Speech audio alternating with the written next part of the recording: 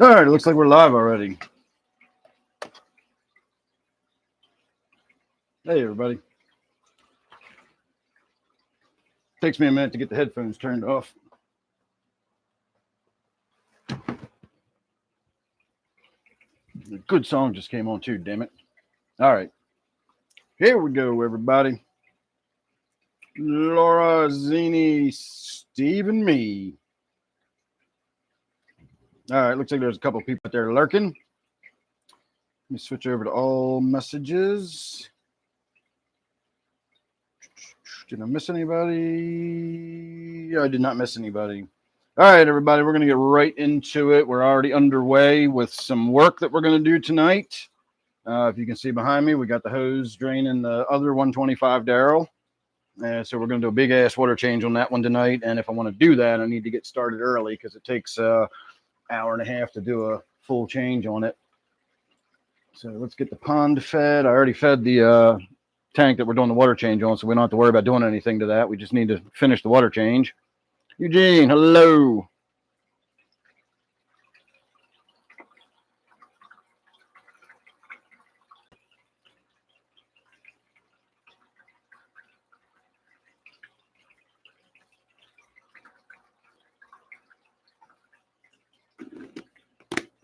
All right, I think I'm going to throw a few floating pellets in there for the goldfishes as well. I'm going to throw a couple on the floor just for good measure. Where'd that go? There it is. All right, I recovered one.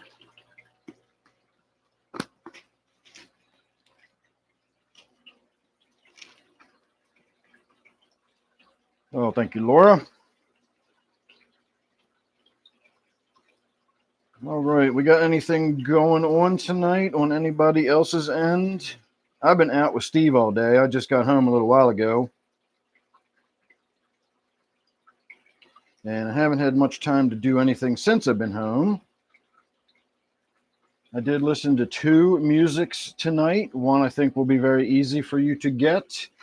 The other might be a little more challenging. You might need to be a little more familiar with some old school new wave. Going to deep cut new wave tonight. One of the legends, one of the innovators of the whole genre of electronica and new wave is who I was listening to tonight. Neil, how are you doing? No, not Led Zeppelin. I said new wave. Led Zeppelin is definitely not new wave. Yeah, in my 125, I've got a jewel cichlid that a lot of people point out is like the world's largest jewel cichlid. And the pearl cichlid I have in there now is much, much larger than that. He's almost the size of my spotted tilapia. I mean, he's literally getting close to being the size of Flo in that tank now.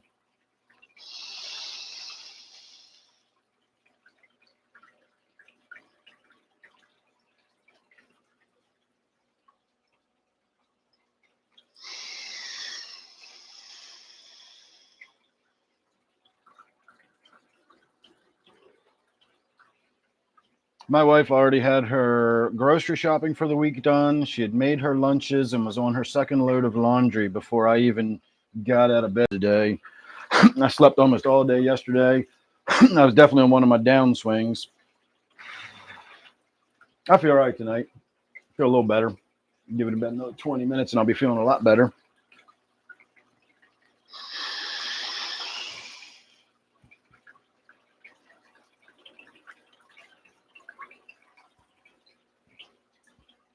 It's foggy in here tonight.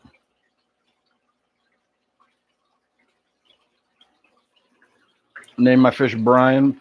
The not jewel cichlid, the Mayan cichlid that I used to have in that tank long ago was given to a guy named Brian. Brian. I always sing the intro to The Life of Brian every time I talk about him. He was a man called Brian.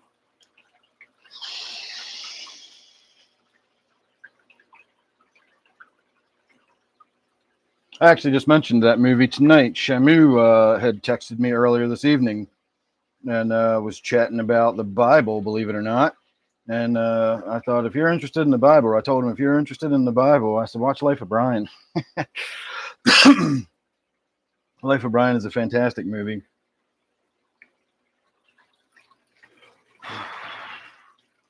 All right, let's keep it moving tonight. I'm going to go on around. I actually have plans for looking at this tank later. We're going to skip over it while we're in the process of doing the water change. But you know, I've got this spotlight up here. I turn that on in the morning, shining at the ceiling, so it just creates enough glare around the room to create light. And that's sort of like the, you know, get ready for the real light kind of light. And I saw when Steve was here today, I pointed that at the 125 so he could get a better look at the cichlid. And man, it made everything in that tank look all shiny, and the silver dollars looked amazing, and the jewel cichlid looked incredible. So once we get that tank all nice and cleaned up and the glass is cleared out or whatever, we'll point the light directly at it and we'll have a look at it once it's all purdy. You can see there's a couple spots over there where I clearly missed the glass when I was cleaning the other night. A couple big spots, but whatever. It looks pretty good still. The filters are already backflowing again. I should probably change the filters out. But I'm not going to, not tonight anyway. We're going to focus on my big water change. All right, I've already lost 2 people. Nice. It's going to be a good night.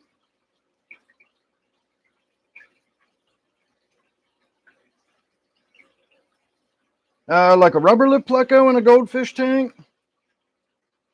I think it depends on how cold the tank gets. I mean, when you say cold water, no, a pleco won't live in cold water, but a pleco will certainly live in 72 or 74 degree water. That's what my goldfish are in. They're all in room temperature tanks. They're not heated, but they're not what I would think of as cold water tanks. I mean, I think of a cold water tank as being below 70 degrees, maybe 72 might be the cutoff. Anything under that would be what I would think of as cold water, all the way down into the 50s, or even, in an outdoor scenario, you got ponds that freeze over. That's what I think of as a cold water fish. A room temperature, like an unheated tank, again, as long as the temperatures stay in the, mid 70s or so, even the lower mid 70s, 73, 74, I think plecos would do okay in that. 68, I think 68 is probably a little low for a pleco. Let's see what the Google machine says.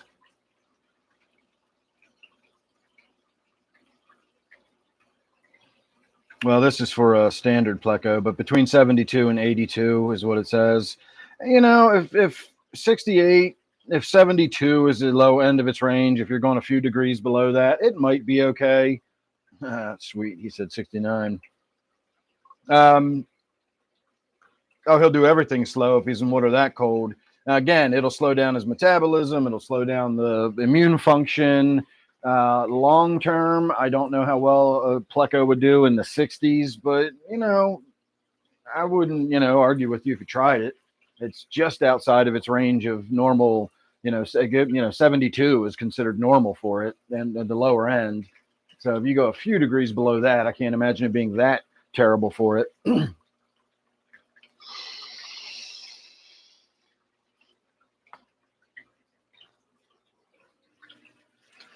right, let me adjust this hose.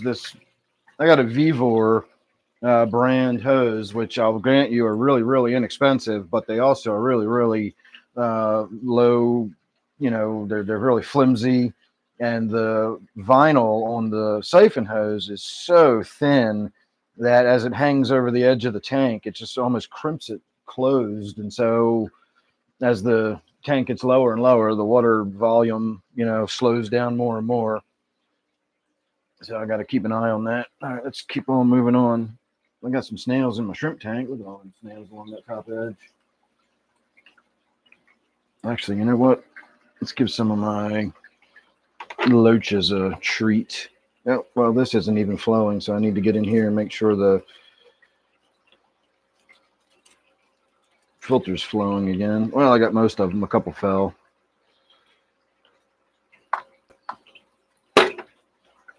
All right, so we got all those snails. Just take all those snails over this way.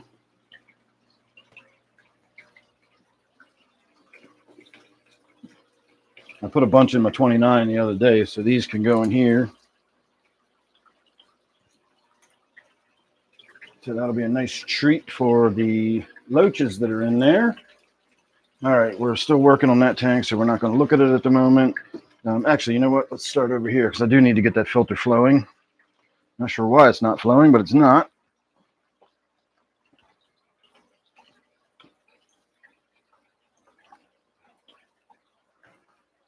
All right, give me some light.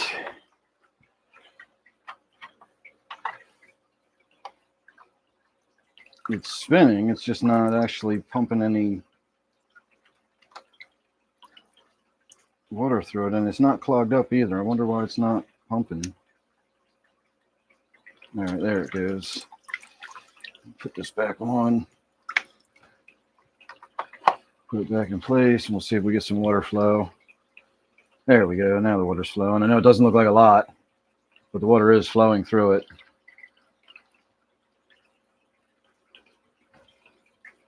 So that's all I need. We're good. I can hear my wife getting ready for bed already. She gets up at 4:15 now. Goes to bed about 10 after 8. Fucking 7-year-olds don't go to bed that early. Or I don't know how old, fucking what time 7-year-olds go to bed. I sure didn't go to bed that early when I was 7.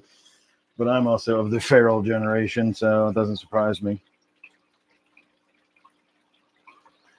All right, let's have a look at my 40 burrito here. I just put about an inch of water in this one tonight, topped it off before we got started. So that does have a little bit of fresh water in it, just to get it up to the plastic line. When I poured the water in, all kinds of detritus swirled up. Remember, this is an unfiltered tank. All the detritus that builds up in this tank just collects on the bottom and in the corners. And if you can't tell, this tank has a lot of little corners and nooks and crannies and gaps and spaces under the rocks. So a lot of detritus is in there. I really need to get in and do another solid water change on it.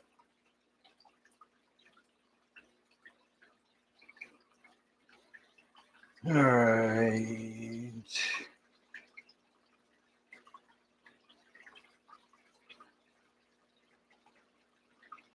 No, any goldfish is a cold water fish. Hey, Cornish.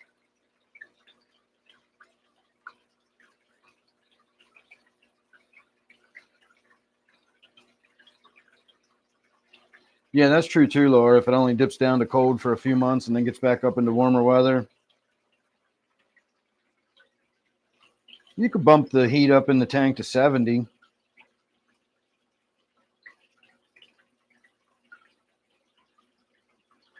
No, I definitely wasn't listening to AC/DC. Hello, Dade. Kendra.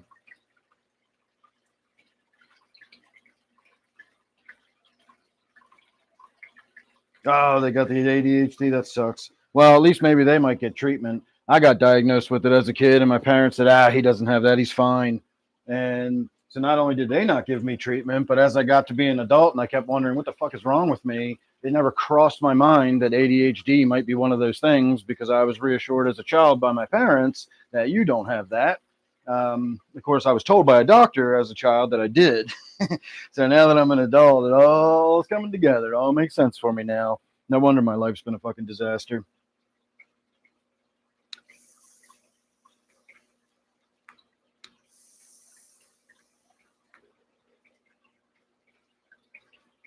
Yeah, well, I chose deliberately not to have kids for a reason, and that's part of it. I didn't want to fucking I didn't need to spread many of my fucking genetics around anywhere.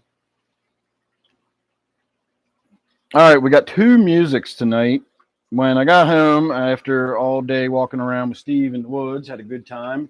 But I did bring up a lot of current events and politics and stuff like that, and that always gets me depressed. And then, of course, I came home and I got caught up on all the news I've missed today. I listened to a few podcasts and a couple of videos, and that got me more depressed.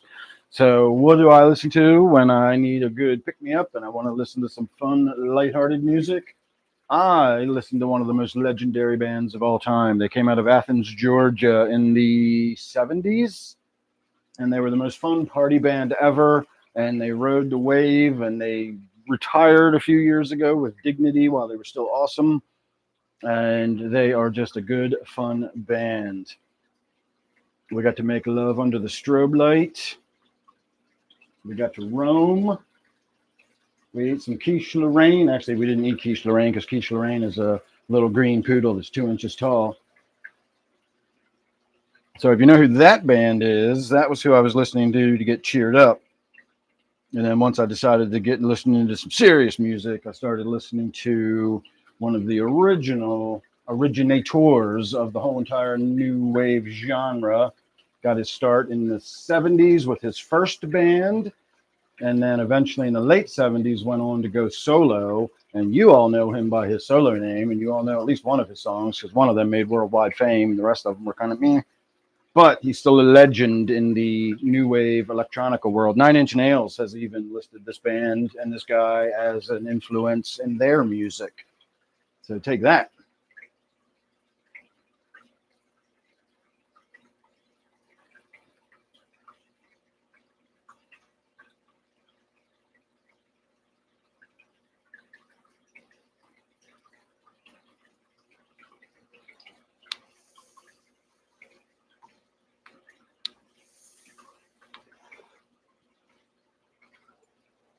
Oh, that's a good guess, Steve. That's Giorgio Moroder is who you're thinking about, and that is the father of disco. So you're on the right track. You definitely hit a OG originator of a genre. So Giorgio Moroder is actually sort of colloquially known as the father of disco.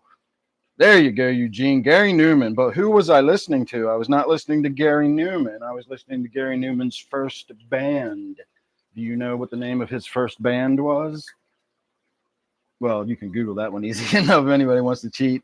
But I wasn't actually listening to Gary Newman. I was listening to his band, the original band he started with in the mid 70s. Again, the OG, like they were like that began the new wave genre.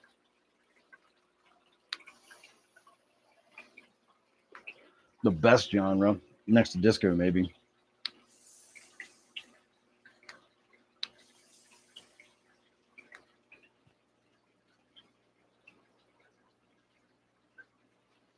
Yeah, I started sending Zini random lyrics.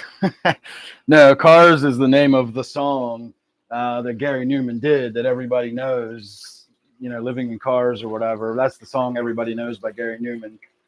His first band was called Tubeway Army. And the Tubeway Army is, again, if you're into new wave music, then they're legendary. It's like a cult following. Again, they didn't really have any hits. The only real hit Tubeway Army ever had was a song called Our Friends Electric. You may have heard that. Probably, maybe not. It's not that popular, but Our Friends Electric is the most popular song that the Tubeway Army ever did.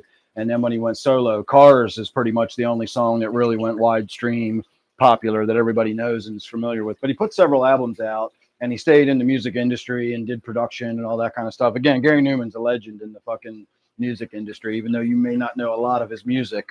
Super influential. Again, started the whole new wave genre. Gary Newman should be a household name. Pond Puppies, how are you?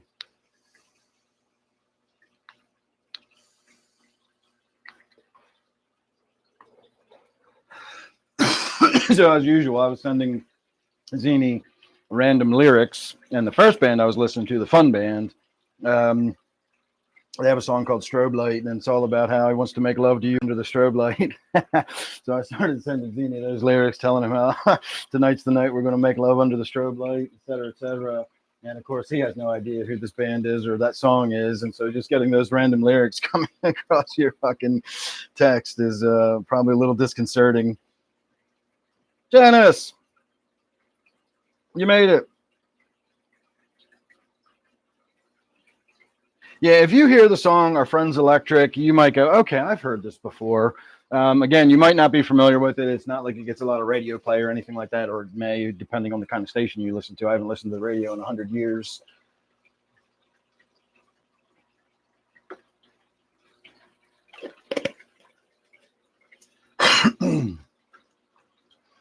All right, we'll let that one get feeding. So who is my first band? Did anybody guess that one? A band out of Atlanta. A fun band out of Atlanta.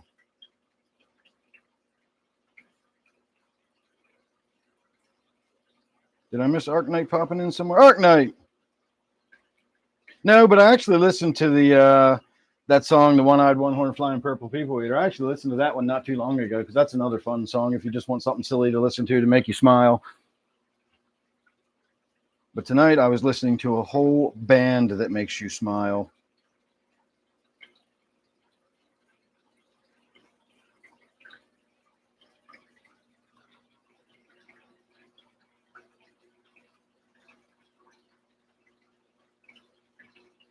All right, did I miss anybody here? It doesn't look like I'm caught up with everybody. Said hello, said hello.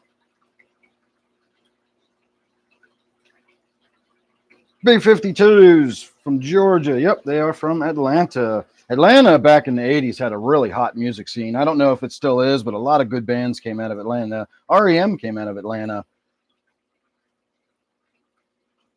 Yeah, the fucking B-52s are just great.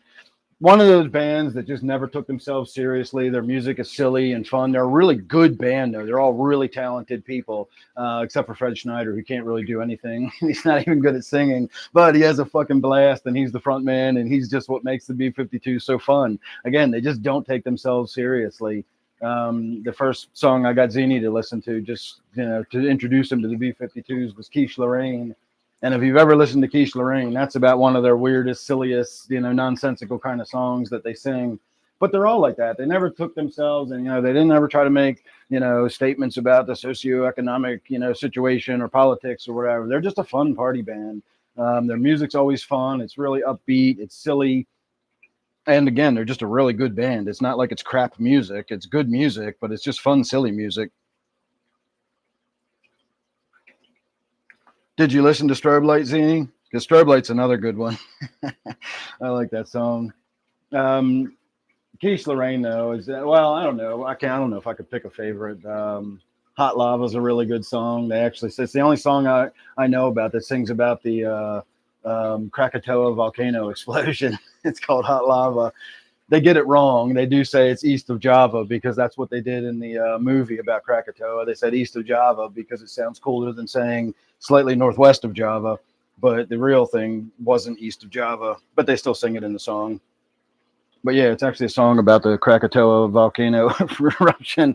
And if you listen to it, the B-52s always have a slight sort of sexual innuendo, double entendre. And so the eruption and the hot lava and all that stuff obviously has a, double entendre meaning to it. Again, they're just a fun band.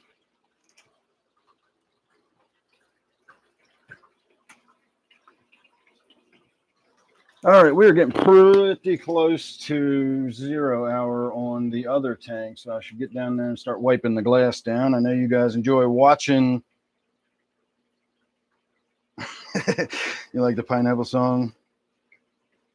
Black Crowes are out of Atlanta too. I believe it. There's a lot of good bands came out of Atlanta. I know you guys like watching me do tank maintenance, and I need to get down here and do tank maintenance. So come watch me do tank maintenance for a moment, but then we will continue our feeding tour. All right, I'm going to take another hit of this before I come back down there. Ooh, I can fill the tank up with smoke this time.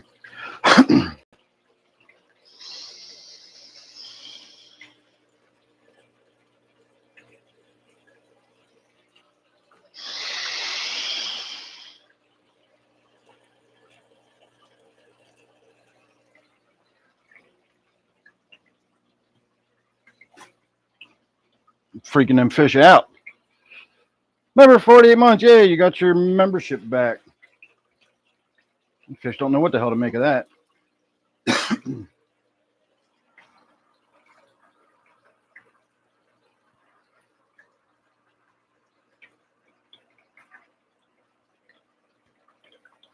Fortunately, the stuff on this glass usually wipes down pretty easily. Some of the stuff I get on the glass in some of my tanks, I need a damn razor blade to scrape the shit out of there. But this should do a pretty good job.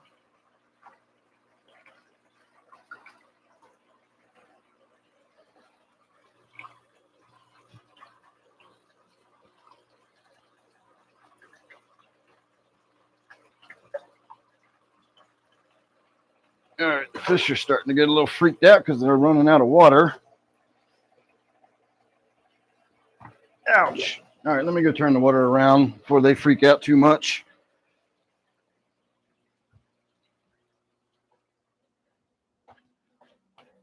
I'd like to do a slightly larger water change on this tank, but I can't. The fish are just so big. Even those silver dollars, top to bottom are 6 inches tall. So I obviously can't go under that amount of water. They're, they got to lay on their side to stay underwater. All right, we'll check the temperature in a few minutes. I just cranked the hot water on, so it's not, pure cold water going in there. But I can check that later. Let's get the glass weight down first.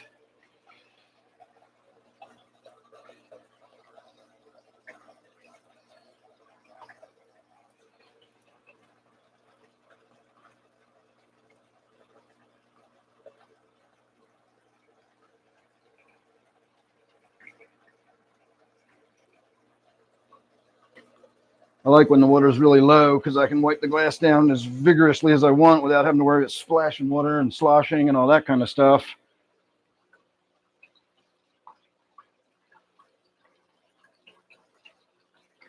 Of course, all the fish are hiding at this end underneath the Anubias, and so they're going to get all freaked out. I don't really need to clean all the way down into the bottom all that much anyway. The light doesn't really get down there, and if the light doesn't get on the glass, then you generally don't get too much stuff growing on it either.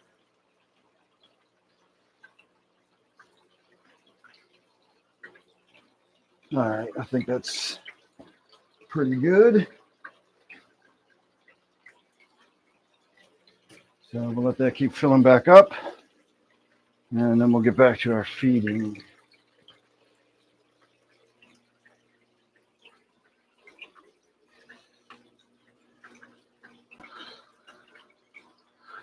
All right, so back to the feeding. Now, my first little batch of mushroom juice that I drank before we got started is rolling onto me now. So now I'm going to drink the rest of what I got set aside for tonight.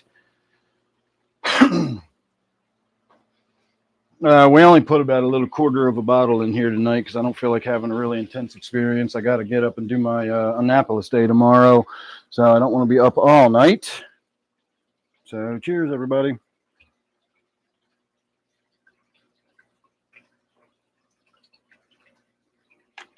Grape.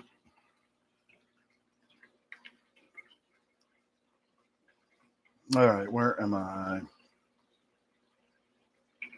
There I am. Aquabotany, how are you?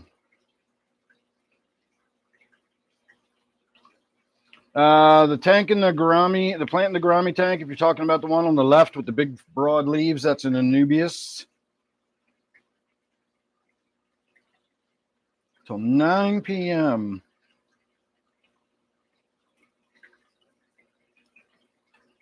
A bird, bird, bird. Bird is the word.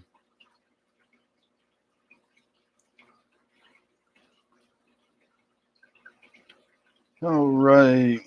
Lil Jon was from yeah. I don't know much about Lil Jon other than what Dave Chappelle did.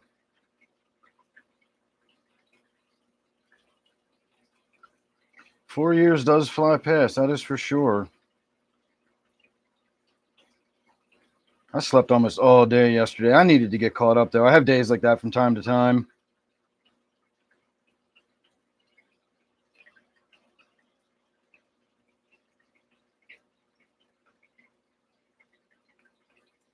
On the right of the gourami tank, that's just a tree piece of wood with Java moss growing all over it.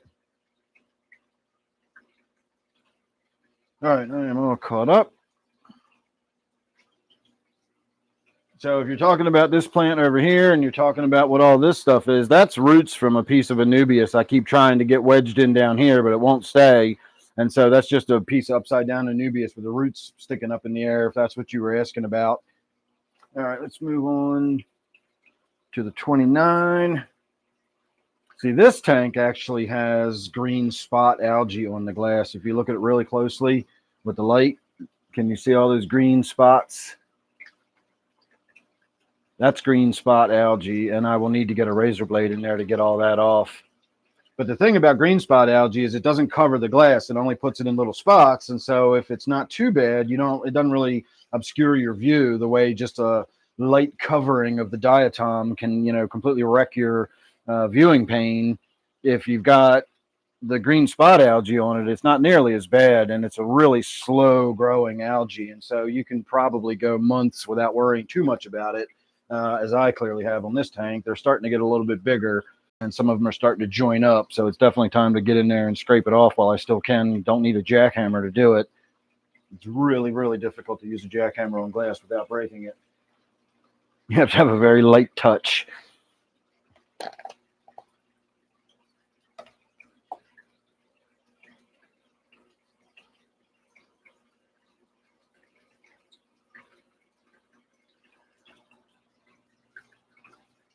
Yeah, the loaches in this tank are my oldest loaches. I got one of them from like PetSmart or something, and it was just forlorn and looked like it was going to commit suicide. I mean, it just laid on its side all day long. And I finally read that they need company, and so couldn't find any more locally, and so I took my chance on mail order.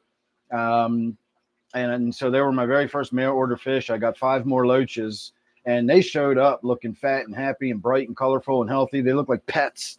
I was used to fish store, where they barely feed them because it costs money to feed them. These things showed up looking amazing. One of them died after about 9 months or something, but the other 5 that I got, or possibly the original one I got, I have no idea, but one of them died after about 9 months later, and then the 5 remaining ones are still in there. So they're actually some of my oldest fish. And the moment I put the new fish in with mine, that was basically, just lying on the bottom, completely depressed and forlorn, within minutes, it was up and swinging them around and interacting with the other fish, and it looked almost playful. Ever since then, I've never kept loaches singly. I always keep loaches in group now. It's run into problems. I put that red tail loach in my gourami tank thinking, likewise, that it was gregarious, but it's not. There are a few species of loaches that are not really friendly. And so you do kind of have to be careful. But the general rule of thumb is that loaches, prefer company, even if it's not the same kind of loach. Like you can put a yo-yo loach in with an Angelicus or a striated bodia. They can all go together and they'll swim around and get along just fine. Quantum, how are you?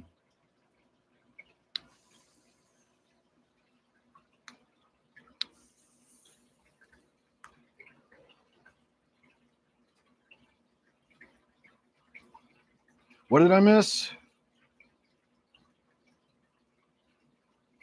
48 months. Is that a milestone? Did you finally make it to a new month?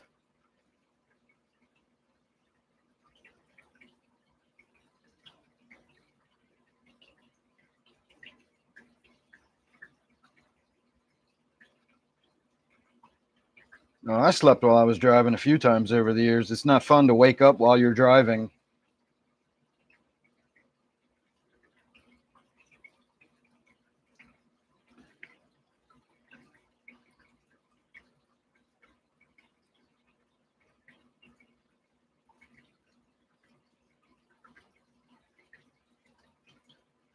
I got you there, Quantum. I saw you. I just needed to get caught up. All right, let's move on to the next one.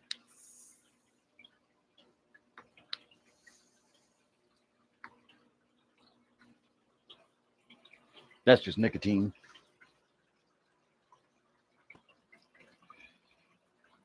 The giant clouds that I blow, that's weed. Well, it's 40% THC, vape juice. The little clouds I blow is nicotine. So once again, I forgot to turn my light off after the live stream the other night. So I got to remember to do that. I did turn it off the next day when I came down. When I turned all the lights on, I realized that light came on along with them. So I was able to get it turned back off. But it did stay on the rest of that night and into the next day.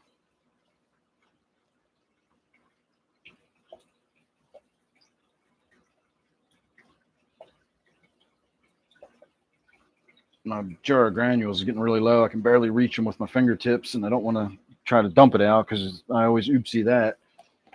Put enough food in there for 3 weeks.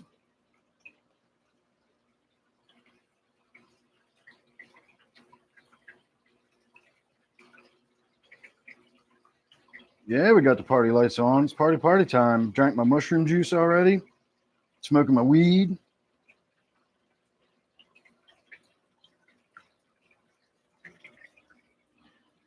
Man, yesterday felt more like Sunday than today did. Yesterday was all dreary. Again, I slept all day. Every time I got up, it was like dank and fucking gray and overcast, drizzling rain.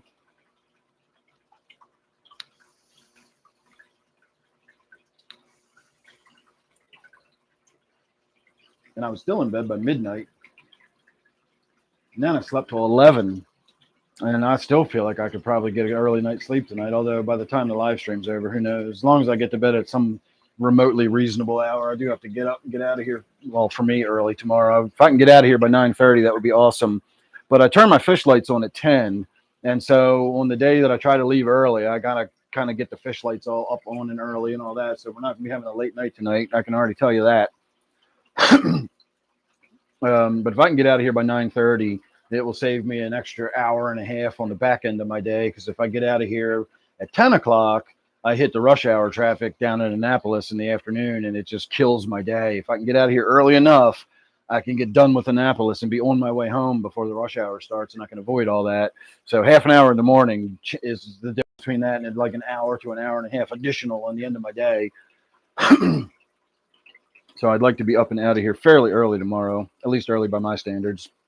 I know you guys were just talking about getting up at like 5 a.m. and shit like that. I'll be going to bed at 5 a.m.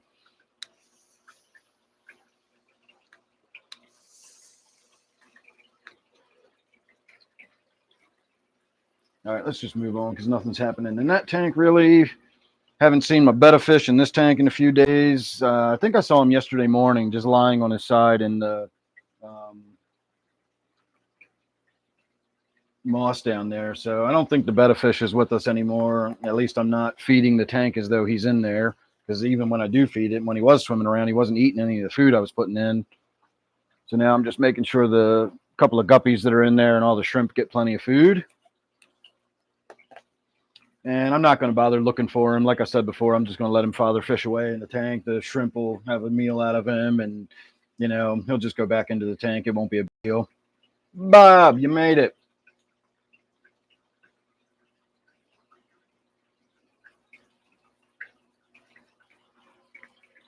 Do you see it? Because I don't see it in there anywhere.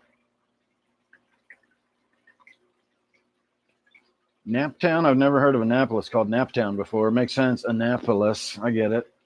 I see what you did there.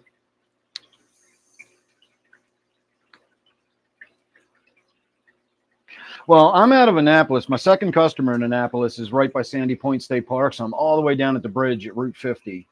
And so I usually get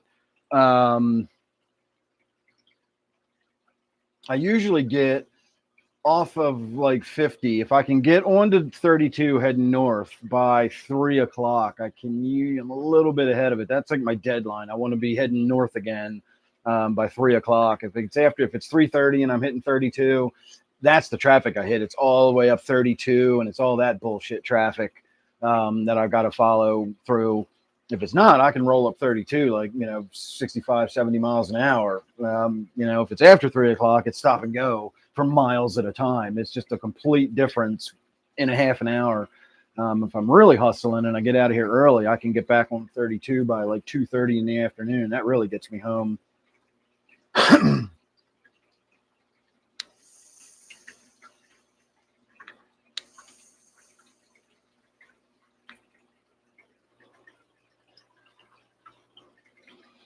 I have not quit smoking. That's actually, again, I'm puffing on nicotine. After 15 years of not being a cigarette smoker, I've gone back to hitting on nicotine. I do enjoy it. I'm not saying I regret it necessarily. I wouldn't want to go back to smoking cigarettes. That's fucking disgusting. But this nicotine I enjoy, and I've lost 10 pounds since I've been puffing on it. So, bonus. And with my ADHD brain getting these puffs of stimulant throughout the day, I've been smoking way less weed. So far, it's actually been a positive experience with me doing the nicotine. As odd as that sounds, I didn't expect it to be a positive experience. I was regretting doing it because I was like, oh God, I'm going to be smoking fucking nicotine again, which I am. But again, it's been a overall positive experience so far. Nicotine, weed, and shrooms. That's what we're doing tonight. No, when I go down to Annapolis, I go down 695 to 97, and then I got to hit Millersville, and then I got to go down to Crownsville, and then from Crownsville, I go down to Annapolis. And then when I come home, I have customers in Glen Elg and Odenton and Sykesville. And so I come home 32, and I hit customers all the way along Route 32 on the way home. So the Annapolis customers are sort of my turnaround point. That's about 65 miles from here. So all in all, by the end of the day, I'll do about 175 miles of driving tomorrow.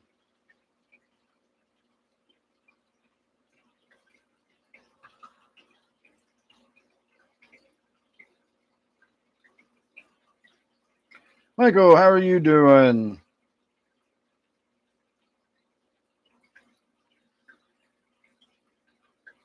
You're 200 now. Do not like it. Would be like to be 170. Uncle Joe, how are you doing? Neil, they are working on it. Glad to hear it. Glad to hear it. When I was down there the other day, they actually had a loader, like a big fucking backhoe or something, big piece of equipment, and it was in the stream where the bridge used to be. So the old bridge is gone. It's completely removed. And they've got big mountains of like gravel and stuff blocking the whole road. So there's no way you could get through there even if you wanted to try, because there's no bridge there at all anymore. It's just a gap in the road.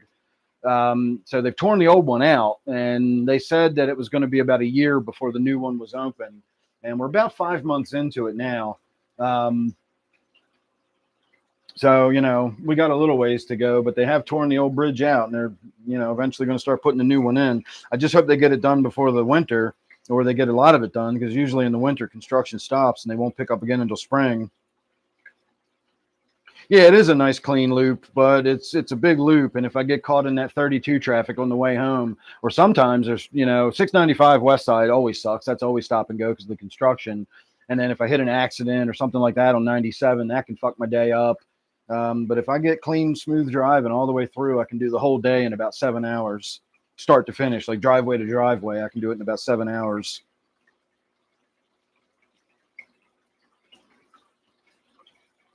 Bristlenose pleco can go in water down to about mid 70s. I wouldn't put them any colder than that.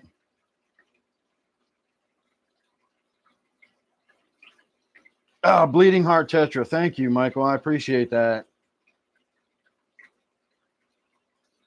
No, I'm talking about a bridge at the bottom of my road. If you go down to the end of my road and make a left, there's a little bridge you have to cross. And they emergency closed the road. I was down there about 5 months ago, and I saw some inspector looking guys. They looked like engineers. They were down in the stream looking up underneath the bridge and everything. And I was like, I wonder what's going on here. I kind of assumed it was just a bridge inspection. And when I came home that afternoon from being out I saw them on the way out. I actually drove over the bridge that they were inspecting, because that's how I normally leave the neighborhood. I got to go on a detour route now. But when I came home, the road was closed. I had to go the detour route home. So they immediately, when they saw that, it was not like we need to, prepare like that fucking moment, like the road closed. They said, no, nobody can drive on this fucking bridge anymore. So that's the bridge that's being fixed at the end of my road. It's only, 40 feet long. It just crosses a little stream.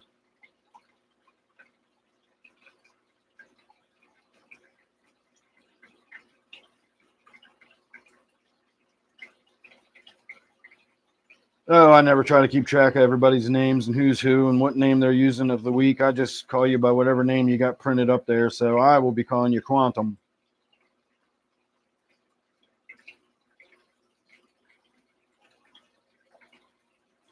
Yeah, the Key Bridge, that's going to be what, 2 more years, Steve?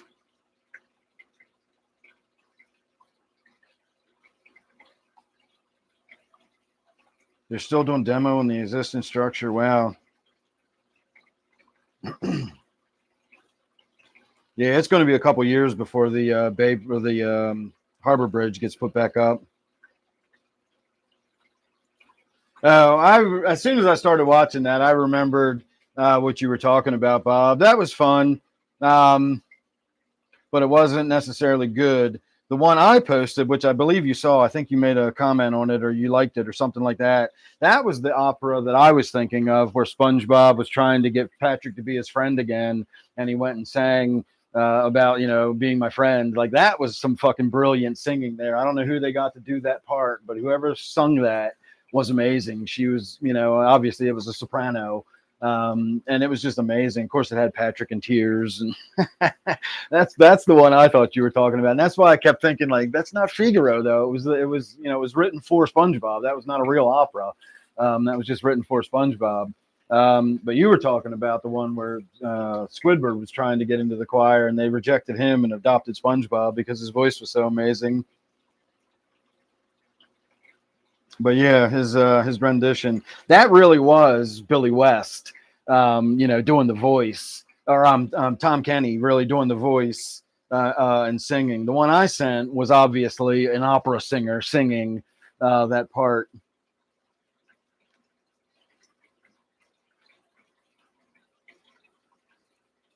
Yeah, they closed down the local bridge down at the end of the street so no trucks fell into the river.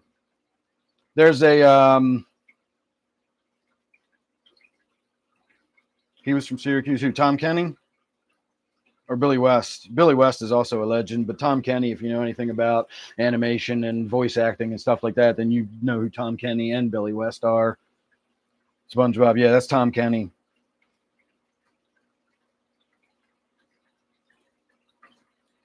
The bridge at the end of the street, all of the hey fish tropic, all of the girders underneath of it, the support girders, the main structures were just rusted through. Like, how the bridge hadn't already collapsed was beyond me. And there's a package goods store and a restaurant, a little bar and grill at the top of that road. And the beer trucks and the delivery trucks use that road, and they go over that bridge to get there. And like, how none of those big ass trucks ever collapsed that bridge the way it was just amazing to me. So they did the right thing closing it, believe me. They prevented the disaster with that one. Maryland's pretty good about keeping, up on our infrastructure and keeping everything up to date and that sort of thing.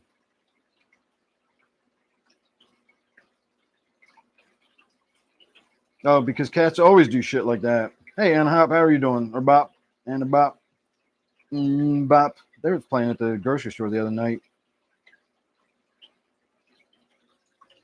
I haven't noticed any baby tetras lately, but that doesn't mean they're not in there. I just haven't seen them. They got plenty of places to hide until they're big enough to come out. We're going to be sitting down here in front of the tank in a few minutes, but I'm just waiting for the tank down there to finish filling. You can see we're getting pretty close. I told you it takes a solid hour and a half to do a water change on one of these big tanks. I started that at about 20 of 7 because I always get started on these big water changes before we go live. If I start when we go live, I'll be wrapping it up at 10 o'clock.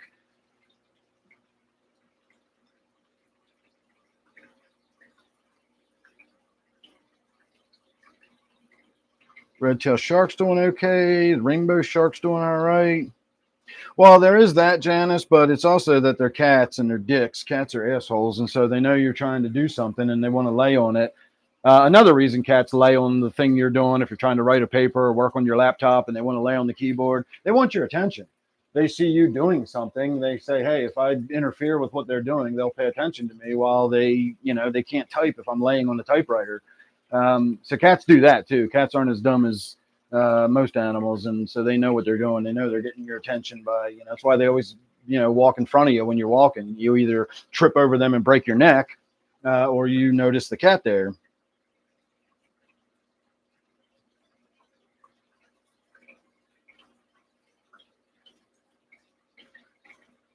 Let's see. Yeah, I don't ever recall. I do fold my clothes and put them away occasionally, believe it or not. I know that sounds ridiculous, but I do that occasionally. I don't ever recall folding clothes while they're still warm. No, I don't feed my sharks any kind of tablets. Every now and again, I'll throw an algae wafer into the tank to make sure it gets on the bottom. But I usually just let the granules or Vibrobites or flakes or whatever I put in there, I just make sure enough gets down to the bottom so that the sharks can feed around there. And then, of course, they eat all the algae and stuff. They got plenty of natural food within the tank. Oh, that's a bummer, Quan. I'm sorry to hear it.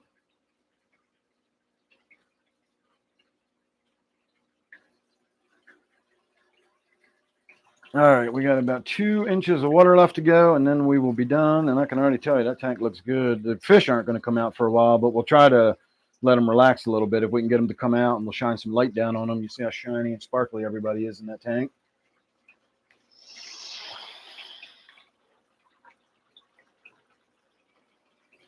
Yeah, I've got to get in this tank and do some weeding here pretty soon, a little bit of gardening.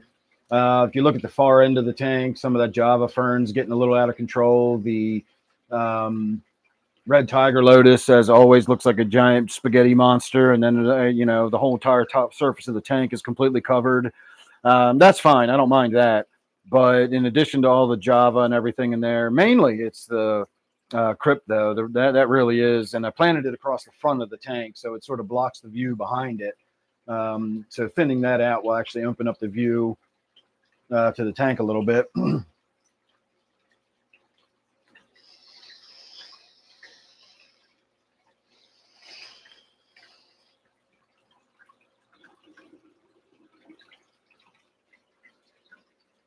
I try to wash my clothes before I dry them. All right, everybody, don't let me lose focus here. We're coming down the home stretch. Oh, the silver dollars have started coming out. Flo's attacking them. So as long as they're out and about swimming around, we'll get some good looks at them once the tank gets filled back up. Again, we got about 2 inches left. The tank drains fairly slowly, but it only fills up fairly slowly too. I don't have like major water pressure. I'm not putting a fire hose in the tank, and we are actually going to top this tank off since I've already got the hose in here anyway.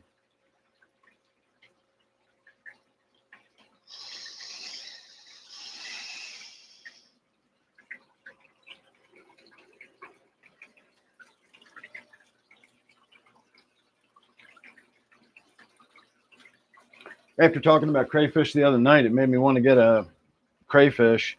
Flo, FLO, is my spotted tilapia. I named her Flo. I don't have very many fish that have names, but she's one of them. And she is a she. I've seen her lay eggs many times. And so she's partly named after the Geico insurance character Flo. A lot of people say my wife looks like her. Hey, gamer. And I also got the fish from a viewer in Florida. So Flo just kind of works both ways. So her name is Flo. And we could also think about Mel's Diner, the TV show back in the day. I remember Flo. Kiss my grits. But I didn't really name the fish after her.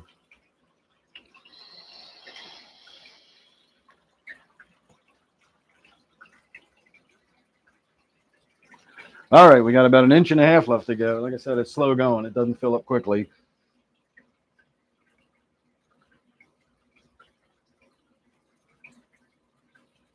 Yeah, 15 years is a long time to have a cat.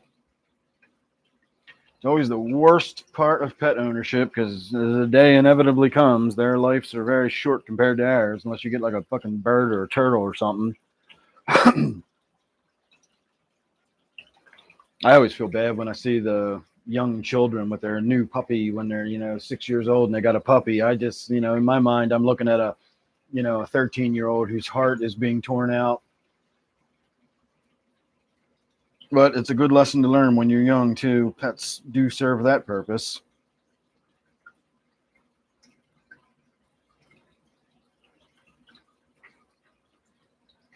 Oh, if you just brought a new kitten in, they're definitely jealous. I don't really plan on naming the Pearl. I guess we could name her Pearl, but it's a him. Earl the Pearl. Yeah, I don't like the name Earl. It's probably going to stick though.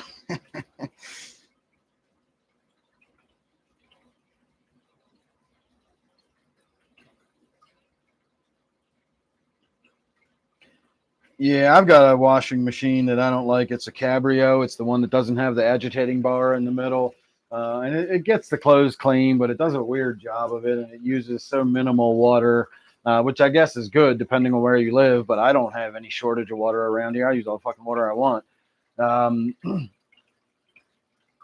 So yeah, it was like the hot new thing when we bought it. We paid a lot of damn money for it. We bought it like 20 years ago, and now it's like a classic.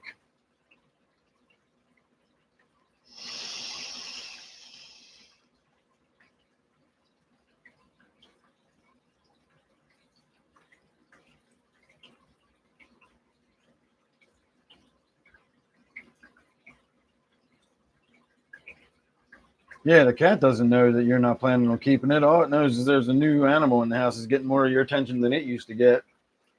CJ, the red-tailed shark.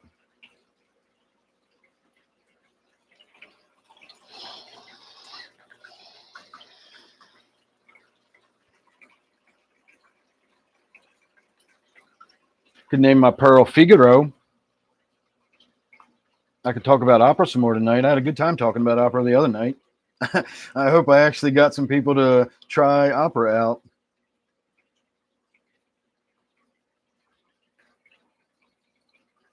And again, I highly recommend The Barber of Seville. If you've never listened to an opera and you want to give it a go for the first experience, that's a good fun one. All right, let's get this filter back up and running. I'm going to get the power head plugged back in. So the filter's filtering. Well, it's flowing. I don't know how much filtering it's actually doing. And we're getting the power head plugged back in.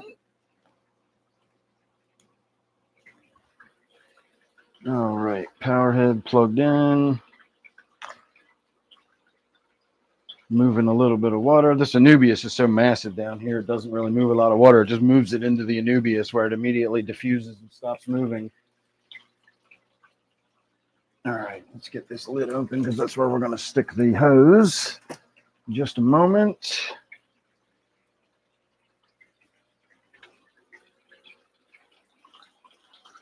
So we got about another quarter inch of water left to go in there, and then we'll be good with the 125.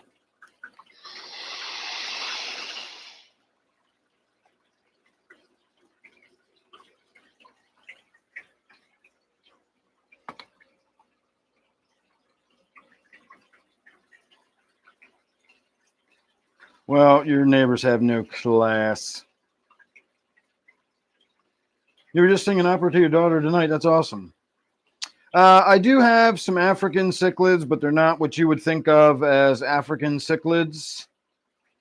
My tilapia we were just talking about is a cichlid that is from Africa, and I got a pearl cichlid in there, which I believe is African. But they're not what you would, they're not the Rift Lake cichlids that most people think about when they think about African cichlids that are the really hard water fish and all that kind of stuff. All right, I'm going to call this good, and the water doesn't feel too warm, so we did a good job on that. I forgot to go back and check the water to make sure it was okay. All right, we're going to call that good. Water the plants a little bit while we're here. Water the plants a little bit while we're here. And throw the hose in the discus tank. So now we'll just wait till that fills up, which again is going to take several minutes because it's a very slow flowing hose. But once that's filled up, we will be done and done.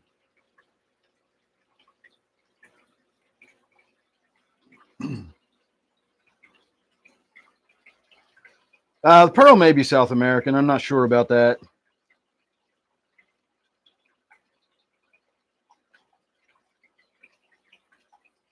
What opera were you singing to your daughter?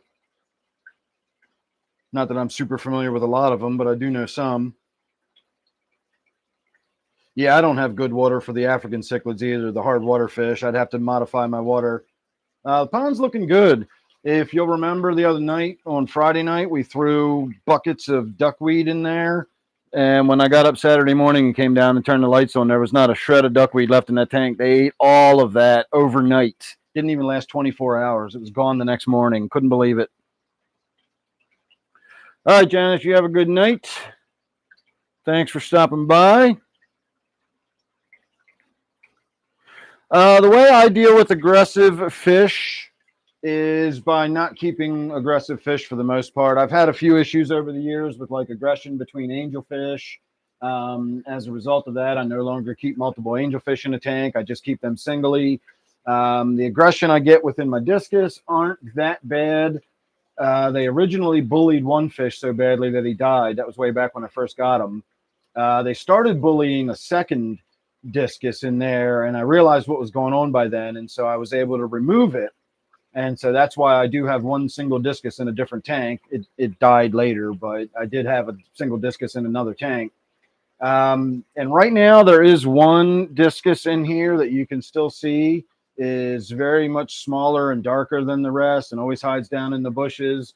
That one is kind of the one that you can see they're kind of going over to it now and bullying it. You know, at this point, I'm kind of leaving it in there as a sacrificial fish because I feel like every time you pull one, you know, you pull the bottom of the pecking order out of the tank, there's another one that's now the bottom one. You know, it's like removing the bottom rung of a ladder. There's still a bottom rung, it's just a different bottom rung. And so I'm just leaving him in there. I know it seems kind of mean and cruel, but they're fish, and that's just how fish are. And you know, it's just in the nature of how fish behave. And so I'd rather just have sort of one in there that diffuses their anger than, you know, I can't keep spreading discus out around until I have one in every tank, you know. So I do manage with the 8 of them that are remaining in here. I did have, you know, the one died and then I had to remove one. So I started with 10, but I still have 8 out of the 10. And that's not bad considering it's my first attempt at discus. I've never had them before. They're a lot easier than people give them credit for. They're actually really easy to keep. Don't get scared by discus. You can get scared by the price tag of discus, but don't get scared about keeping discus. Just get scared by that price tag. Yeah, that's what I do, Uncle Joe. I just get fish that go well with my water. I get plants that do well in my tanks. I'm not a fan of making a lot of adjustments and root tabs and adding nutrients. I don't run CO2 in anything. If it doesn't live in my tanks, I don't keep it. That goes for plants. It goes for fish. You know, certain fish I've tried several times over the years, but just never really worked. So I've just stopped trying to keep those fish. I just don't keep them anymore. All right, I'm going to call that good. We'll go ahead and turn the water off. I may as well stick it in the 20 gallon here and let the last half-inch of water top off in that tank too while I got it here. That only takes a minute though, so you can hang on half a second. I don't even need to change the camera for this one. All right, let me go get that turned off and then we'll be done. I'll be able to sit down.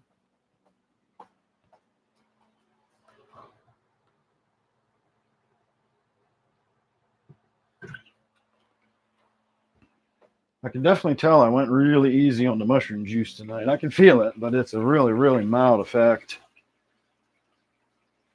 Just trying to make sure I saved. I had one of those situations where, like, if I drink enough to have a really good experience tonight, I won't have enough to do another one later. So tonight I opted for doing the milder experience, and I saved enough to have one more, stronger experience, which I can do tomorrow night after I'm done with my responsibilities. All right, tonight we are done with those responsibilities. Now I'm going to come sit down. So for all of you that don't like the part where I sit in front of the tank and chat, now's your time to leave. It's usually about a third of you. But here I come. Prepare yourselves. Your night's about to get 100% sexier.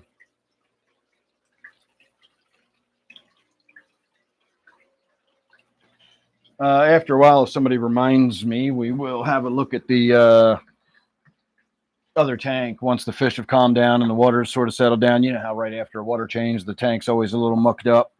So we'll let that settle down. We'll let the fish get back to relaxing, and then we'll shine some light down there. It's actually pretty cool to look at with the disco light on, too, because as the disco lights hit the silver fish and it reflects, you really get to see all the color shining off of them, like the reds and blues. It looks like police fish flashing lights at you. All right. Everything's up, running, hose is gone, put away. We're good. Steve, 31 months. Holy crap. You're still awake, Steve? All right, where was I? Right, pistos. Oh yeah, I could definitely add stuff to the tank that would affect the water. I could put the crushed coral in, but if I'm putting crushed coral in to modify the water and harden the water up for the fish, first of all, the Rift Lake cichlids like more than just hard water. They usually have very specific sort of chemical blends for depending on which lake they come out of, etc. If you don't want to go to all that extreme, you can just do the nice, good hard water with a lot of calcium carbonate in it. However, that has to dissolve into the water. So if I've got substrate in the tank, then yes, eventually the whole tank would be very hard water in it because of all the calcium carbonate dissolving. But if I did a water change like the one I just did on that tank, it would be disastrous. It would reduce all that hard water and refill it with soft water. And it would take time for that water to harden back up. All that, rock doesn't dissolve fast. Calcium carbonate may dissolve fast for rock, but it's still rocks dissolving into the water. It doesn't dissolve like an Alka-Seltzer. And so if I did those really big water changes, I would shift the water way too radically. I can do those big water changes because the water I'm taking out of my tank is almost identical to the water I'm putting back in it. It doesn't shock the fish's system or alter the water hardness or anything like that. So if I did a tank like that and I did the substrate, I would have to do more frequent water changes, but just do smaller ones so I don't change the water chemistry so radically each time. And I don't feel like messing with all that shit. If they can't live in my water, I just don't keep them. Yeah, Zini said it in one single sentence.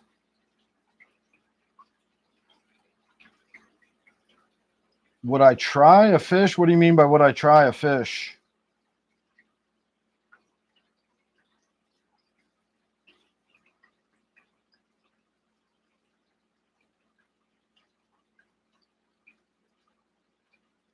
I've never had black ember tetras. I've had ember tetras before, but never black embers. Never even heard of those.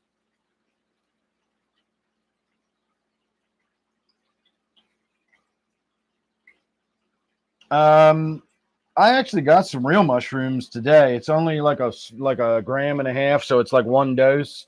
And I'm not going to do it on a live stream. I'm going to do it when I can enjoy them. But I actually got some real mushrooms today, some psilocybin mushrooms. So I'm excited about that. The mushroom juice I'm talking about, the syrup that I drink, is not real psilocybin mushroom. It's hard to explain. It is a psychotropic mushroom effect, and you do have a very psychotropic experience, but it's not a psilocybin mushroom experience. It's just not the same kind of experience at all. It is a lot of fun, though. I do enjoy the hell out of it. JP, how are you? Coffee kept you up. Nice. Hey, Mike, how are you? My wife's not into any of that stuff. We used to do drugs and stuff together way back once upon a time. We've done acid together a bunch of times and ecstasy. We used to do all kind of drugs together.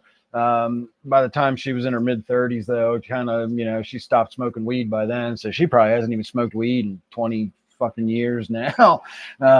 She doesn't drink anymore. So she doesn't do anything.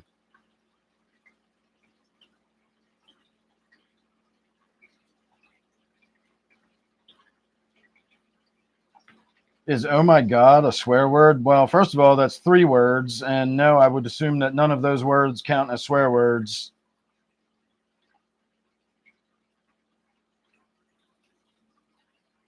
Super blue emperors? That sounds cool. Oh, I thought you said ember tetras. I used to have little red ember tetras that are about that big. They're smaller than neons. I didn't realize you said emperor. I got old man eyes.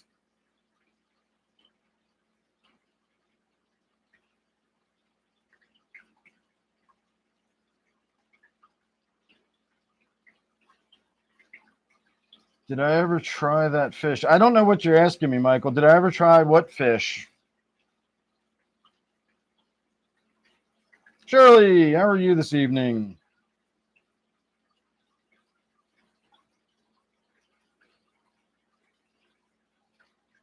Are you asking me about the emperors? Have I ever tried the emperor tetras? No, I've never had emperor tetras. If that's what you're asking me, Steve has some emperor tetras, but I don't.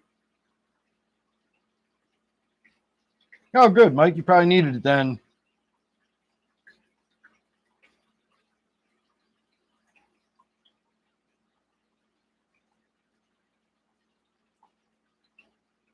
Yeah, that's true, Bob. Steve. So maybe the God is the cuss word part of it. That's funny.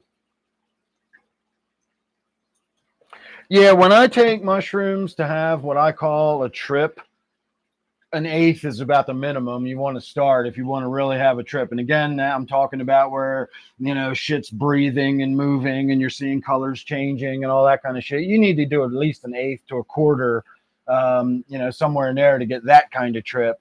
But I found over the last few weeks where I had some of the, the real psilocybin mushrooms, I was doing about 1.5 to 2 grams. And that was nice. It was a nice, pleasant experience. It was trippy, but I wasn't seeing shit melting and the fucking colors weren't changing and all that kind of stuff, but it was a really good experience. And I actually had more of a therapeutic experience. It seemed to help with my depression. It helped with my ADHD. I was able to focus and concentrate. Again, I sort of lifted my depression. So I was kind of using them more therapeutically than recreationally. I'm trying to grow my own. If I can grow my own, I'll have enough to do whatever I want with. But I feel like I'm stuck. They should be done by now, but they haven't even started. I switched over to the fruiting process a couple of weeks ago, and it's only supposed to take a couple of weeks for it to finish. And it's still just a block of mycelium. I'm not even getting any developing mushrooms yet after 2 weeks. So I don't know if I'm going to put it back, and I'm going to Google it tonight and figure out what I'm doing. And I might have to just put it back in darkness for a couple of weeks and then reintroduce the fruiting process or something. But I got a big block of mycelium in the other room. I can't get the mushrooms to come out of it. But if I do, I'll have a lot of psilocybin mushrooms here in the very near future. I'm looking forward to that. 32 months. Damn, time goes by fast.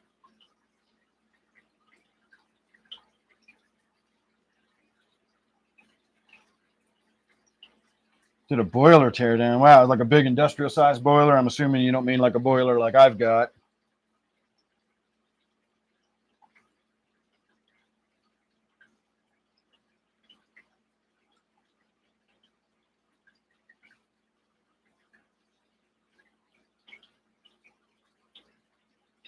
Well, I got you, Michael. When I think of microdosing with mushrooms, I think of a microdose as below the level of noticeably affecting you.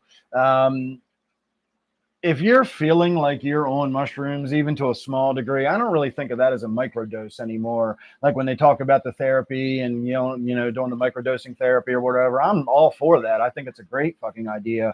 But those microdoses are so small that you don't really feel it's doing stuff in your brain. You just don't really notice it. You don't feel trippy. I go a step beyond that to where I'm feeling nice and trippy and everything. I'm just not to the point where I'm staring at my hand and I'm looking at the colors and all that kind of stuff. That takes an eighth or more to get up into that level of tripping. Um, and I will do that once I get my own mushrooms, but I'm only getting little amounts now and again here and there where I can get them, and so I'm doing them in smaller doses.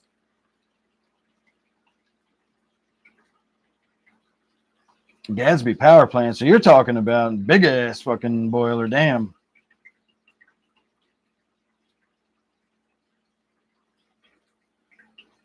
No shit. Where'd my comments go? There they are. We get back to all messages.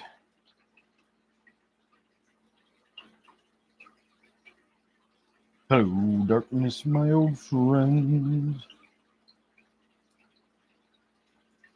Yeah, again, even the way I was doing it, unregulated, without any kind of guidance or therapy or anything, just taking the small doses of it, it helped with my anxiety, it helped with my depression, it helped with the ADHD and my focus. It was amazing the impact those mushrooms were having. I did a little bit every day for about a week and a half straight, and it changed me. I felt like a new man after that. It's been a while, and I've kind of gone back to feeling the way I was feeling. Because again, as fun as this mushroom juice stuff that I'm drinking, it's a mushroom syrup. It's not the same. It's not psilocybin, and the psilocybin is what was having the effect on me. So again, as fun as this stuff is, it puts me in a good mood and makes me, feel happy and everything. If you drink enough of it, you feel kind of spacey and trippy. But it's not the same thing at all. It's completely not a psilocybin experience, but it is a lot of fun.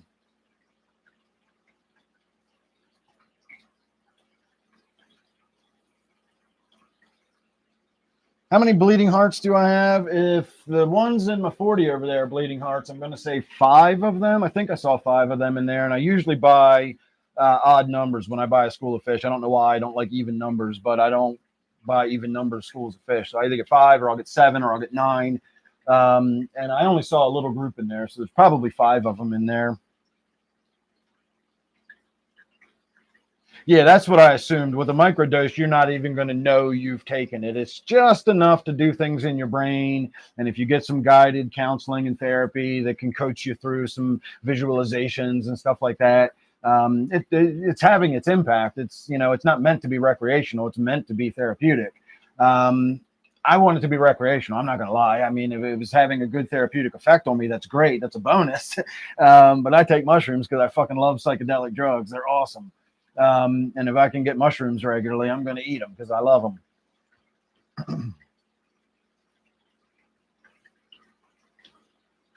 Yeah, I bet they do. That's fucking boilers are some heavy shit. And what did you have to do? Like cut it down into pieces and all that kind of stuff to remove it? Because I know even a standard size boiler, they usually take a torch and will cut it in half and take it out in 2 pieces. You need 2 men and a boy to lift one of them things.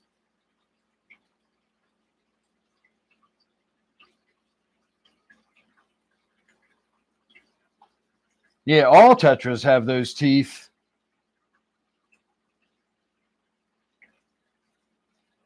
If you look at black skirt tetras and you get a zoom, close enough zoom in on their teeth, they got little teeny tiny piranha teeth in them.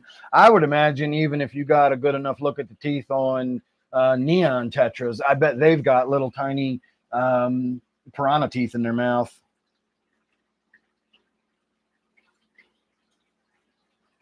Well, I read with the mycelium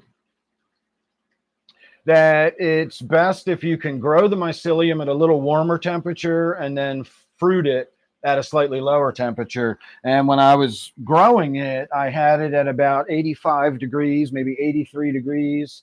And now it's in my bathroom, so it's at a slightly lower temperature, but it should still be, well, at night it might get down into the upper 60s. But right now, the box it's sitting in is 76 degrees. So again, at night, it might get a little cooler than that in there, but it probably stays in the 70s at night. I hadn't even thought about that. Maybe I should move it back into the other warmer room. The room I was growing it in is my vegging section in my marijuana garden.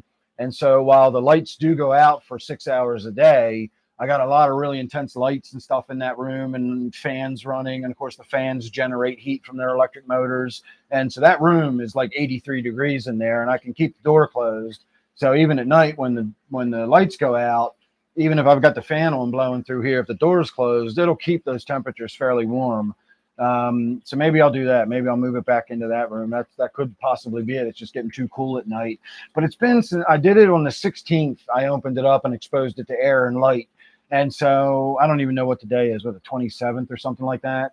So I don't even think it's been 2 full weeks, but it seems like it. When was the 16th? Let me go look at a calendar here for a minute and figure out how long this has actually been.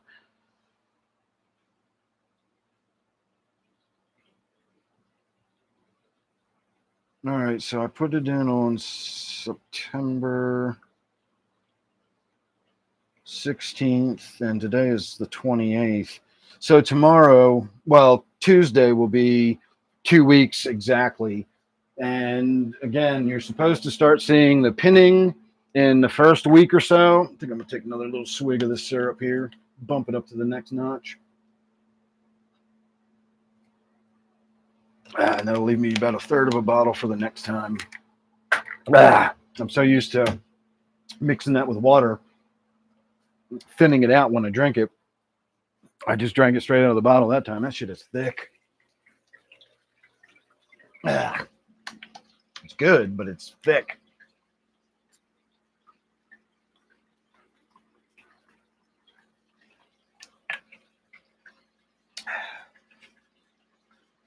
So you're supposed to see pinning in the first week.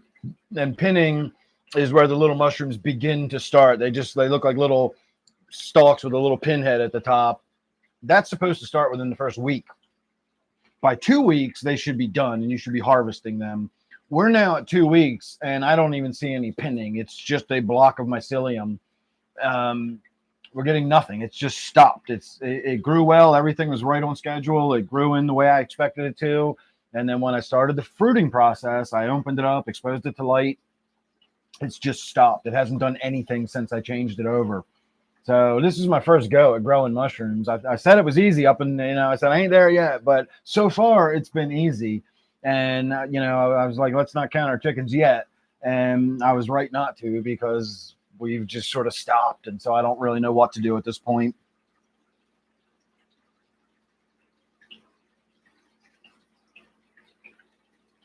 Ooh, codeine syrup. I don't really like codeine, to be honest with you. That's probably my least favorite narcotic. It tends to make my stomach really upset, and I itch fucking bad with codeine. I mean, you itch on any kind of narcotic if you take enough of it. I used to fucking itch like crazy when I was strung out on morphine. But codeine, I just don't like codeine. I know it's in cough medicine, but ugh.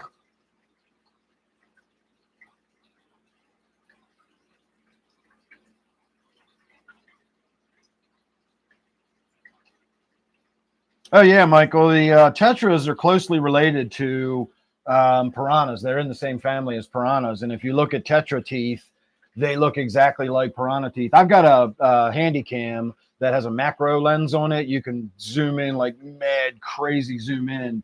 Like you can see like the facets in bugs' eyeballs with this camera. It's amazing.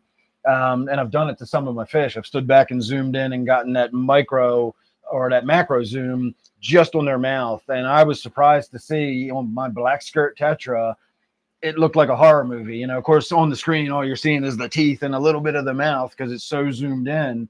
And you'd think you were looking at piranhas. It's just until you zoomed out and you realize it's these little tiny skirt tetras. But their teeth are identical to piranha teeth. They're just really, really small.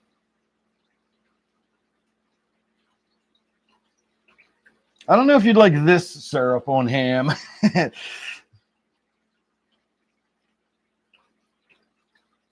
Put them under my bed. I don't want to put them under my bed. I don't know. Depends on what kind of pain you have. I've had some pretty painful pain where I would much rather be itchy than that kind of painful. No, it's not dried out.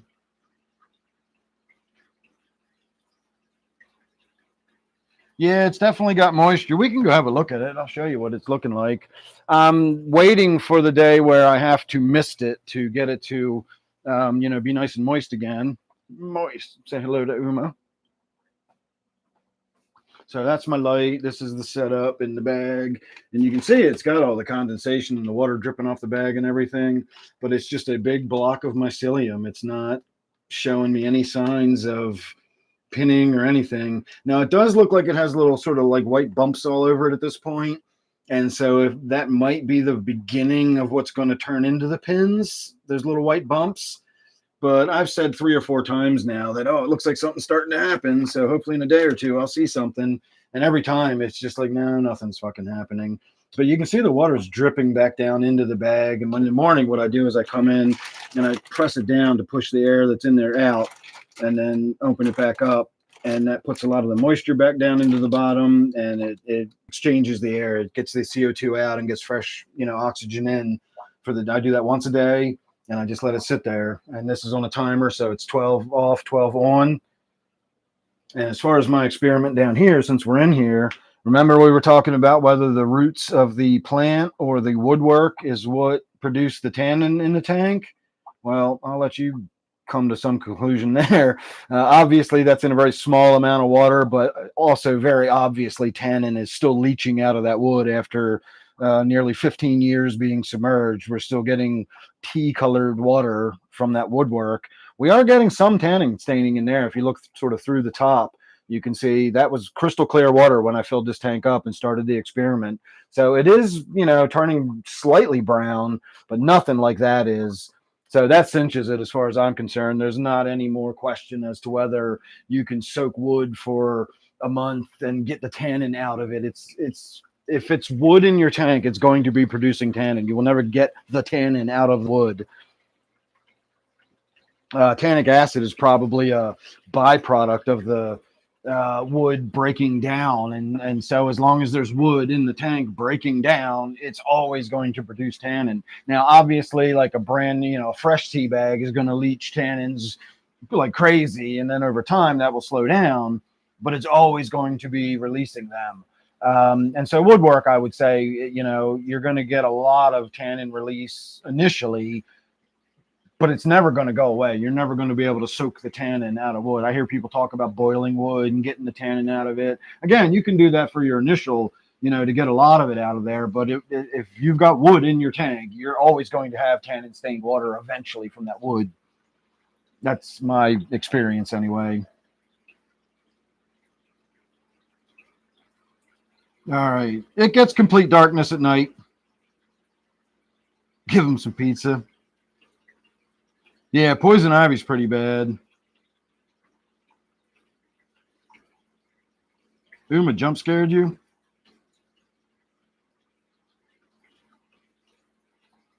So they need light for 12 hours a day, but they don't need a lot of light. And then they need darkness, at night, just like the weed does. And so once those lights go out at night, maybe once or twice, I might go in there for a minute to pee or something. That is my bathroom after all down here. But I always turn on the night light when I do that. And so it does put some light in the room, but it's really minimal. It's for 30 seconds. And then I turn the light off when I leave.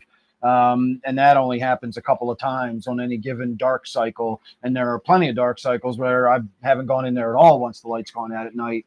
So they're in darkness. That's why they're kind of down inside that box, just in case there's any bleed over from the outside. Like they're not getting light. That's not my concern. It's temperature might be it. Maybe I didn't let it mature long enough. If you notice, you could still see dark material. You could still see kind of some of the substrate. Every time I've looked at a YouTube video of somebody, it's a block of white. It looks like a block of white cheese with mushrooms coming off the top of it. So maybe I just didn't let the mycelium develop long enough or something. I don't know. Again, this is my first time trying it.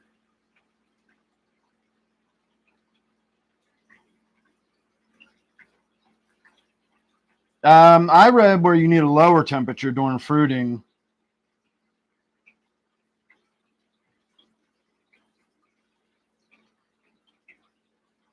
Dade, stop asking stupid questions about cuss words, please. I've let you back in because you've been good and you haven't been asking tons of annoying questions. But if you start asking tons of annoying questions again, I'm going to remove you from the channel again.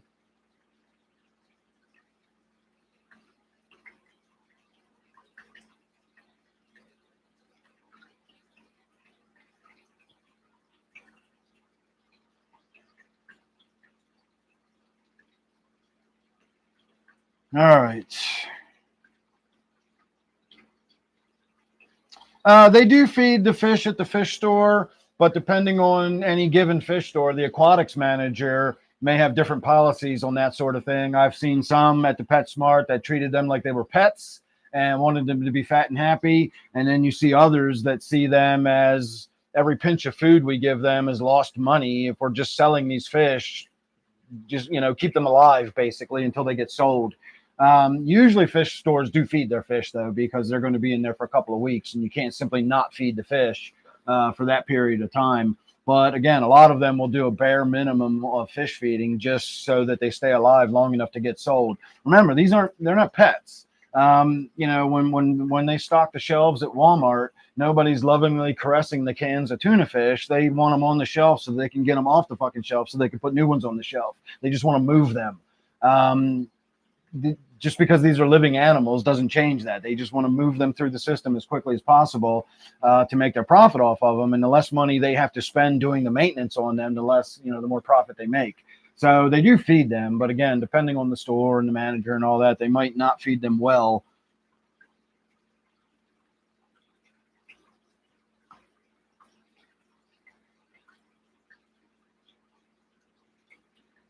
Have I tried to grow green in a tank yet? Oh, like weed? No, I don't know why so many people ask me that. No, I've never tried growing weed out of one of my tanks.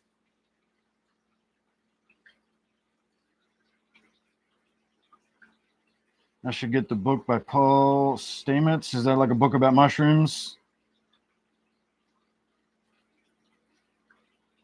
Do I have any windows in my basement? I have 2 windows in my basement.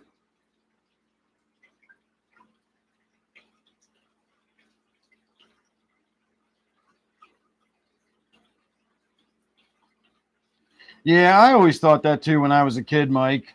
I'd get in trouble if I said damn, but I was allowed to say darn. And as a kid, I always understood, well, if I'm saying darn, it's because I want to say damn. And so I say darn because I'm allowed to say darn. But you know damn right well what I mean when I say darn. So why do I have to say darn? This is fucking stupid. Like, I mean damn when I'm saying darn, or oh, shoot. You're just trying not to say oh shit, but I know that's what you meant. Like, just why do we have to say different words than the word you mean? That it just. I've been fascinated by human beings ever since I was a child. Somebody asked Zini a question the other night, and I just smiled because I knew my answer immediately. I think Zini pretended not to understand the question.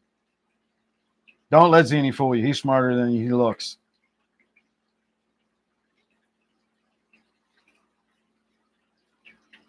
Let's see.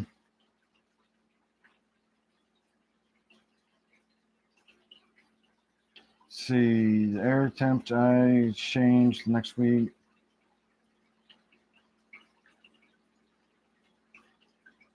Yeah, I'm doing the super simple mushrooms in a bag thing and hoping it works out. I'll try breathing the bag a little bit more often. But again, all of the videos I watched about how to do the fruiting, a lot of those people would like open the bag and let it breathe for a few minutes, and then they would close it, not so that it was sealed, but they didn't want like a gap being open because they didn't want that much air exchange. They made it seem like minimal air exchange is all you really want. You don't want like a lot of fresh air. You just want some exposure to oxygen once a day. They're still fungus and they still don't need a ton of oxygen, but exposure to the oxygen is what sort of triggers the growth. And so I've been breathing the bag once a day and kind of closing it back up again.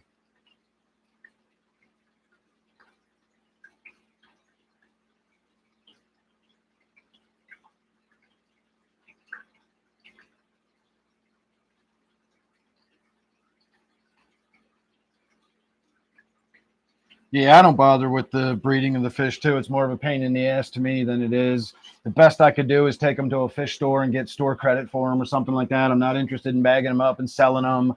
And unless you're doing that on scale, it's kind of like my plants. I don't even really bother selling my plants anymore. It was more just to help other people out than it was anything else. I wasn't making much money. I was making like $8 or something per shipment, but the bagging it up time and the amount I'm not even counting in the cost of like the Ziploc baggies I would have to use and the time I spent growing the plants out and all that shit. Driving them down to the post office and making sure I got the labeling right. No, it isn't fucking worth it to me anymore. If I did it on scale and I could go down to the post office with 10 plants, and ship them all out at once and make $80 or something, I might do that once a week. But I don't grow plants to that scale. I can't sell and ship plants to that scale. And so I just don't fucking worry about it anymore. It's more of a pain in the ass.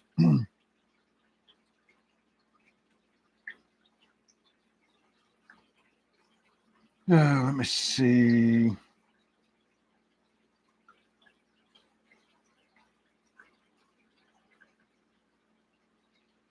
Do I have a mystery snail? I don't honestly know if I have any mystery snails left. I know I've had mystery snails and I put them in some of my tanks, but I honestly think that most of the snails I have left at this point are neorites.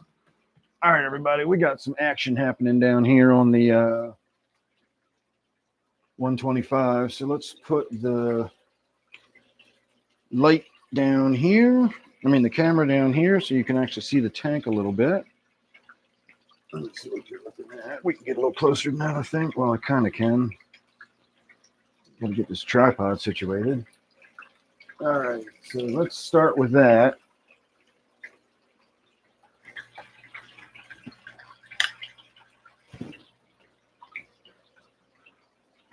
And then with this light, let me pull you off of there. I think you'll get a better view from around this angle.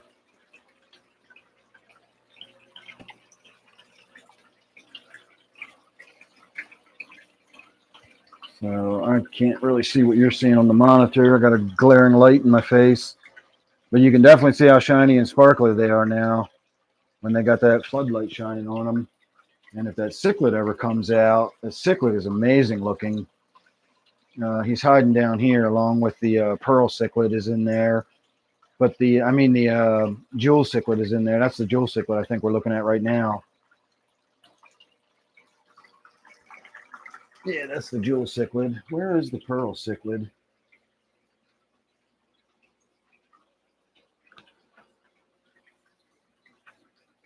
See, there's Flo hiding in her corner. And we can see some of the silver dollars making their way back here. So that pearl cichlid's hiding in here somewhere. I just don't see it.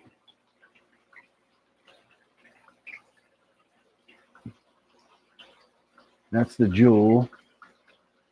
This Anubias is so out of control huge. It looks awesome when it's lighted from the back. I love these leaves.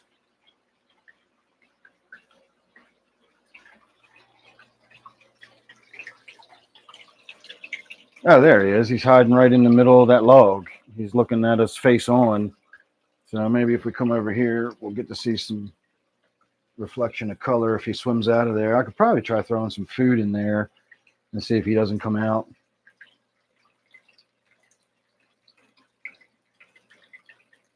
But if he swims a little bit and changes direction and moves around at all, see if I splash the water around if they think they're getting some food coming in. Nope, he's just hanging out, hiding in his log there. There you go.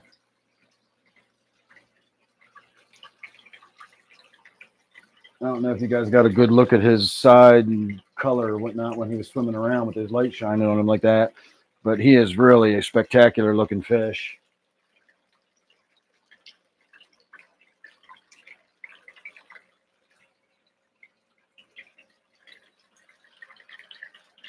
He definitely doesn't like having people and cameras sticking their faces in him. So anyway, there's that. Let me get back here and put you back on your perch and turn that blinding light off. Jesus, blind. What time is it? It's not even 10 o'clock. Wow, this has been a long live stream. I feel like I've been live for 2 hours already, and it's not even 10 o'clock yet. I do want to wrap it up by 10 tonight. Like I said, I want to start winding my evening down. I got to get up at a reasonable time tomorrow and get my day started. If I sleep till 11, my day is just fucked. I'm not even going to start it. If I sleep till 11, I'm just going to call it a day, and I'll try again on Tuesday. But it is supposed to rain on Tuesday, and I can't work when it's raining because I spray, deer repellent on people's plants and stuff, and obviously you can't really do that when it's raining. All right, let me make my way back around there.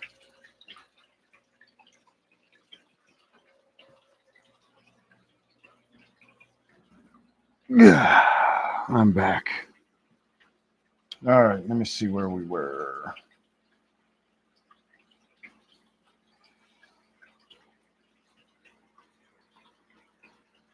Got water on the tablet. It's hard. It's not working with me swiping it because it's got water on it, giving it false signals. Let's see. Yeah, exactly. Once you got it all packed up and shipped and all that kind of stuff, then it's definitely not worth the effort anymore.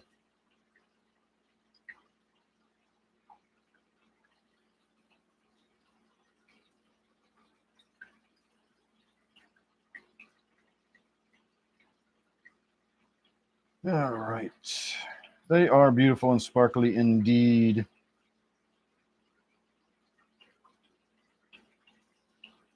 Gamby, how are you? All right, we got 30 people watching. New record for a Sunday night. All right, everybody, I am going to start winding it down. It's about 20 of 10, so we can start getting our last final thoughts in, questions, comments, suggestions for future streams, et cetera, et cetera. Most of the tanks are finally starting to look nice and sharp again. Finally got work done in that tank. Oh, let me turn that light off now. I'm thinking about it. Yeah, remembered tonight.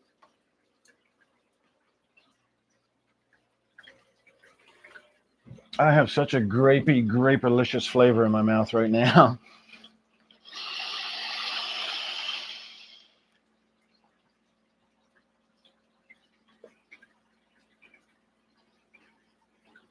Ninja disappear. One of these days, I'm not going to be there when the smoke clears.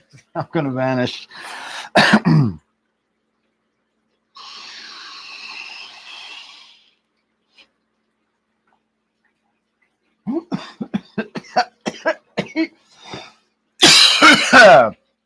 Did a little too much on that one.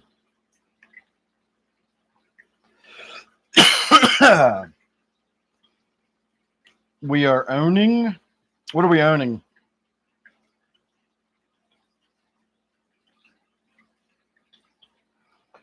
I don't know what kind of vape you're using, but my vape is good.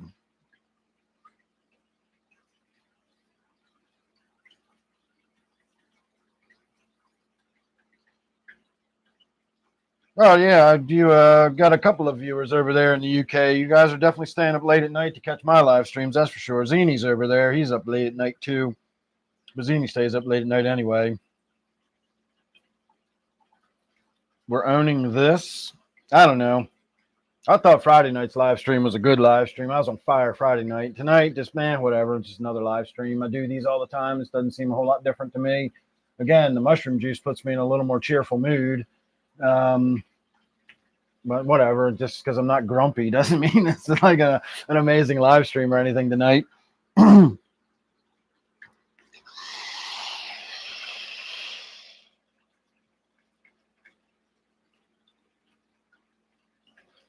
So this stuff is the THC stuff. My little vapes, these are the nicotine. This is the good stuff, though, and it's French vanilla flavored. It's so delicious.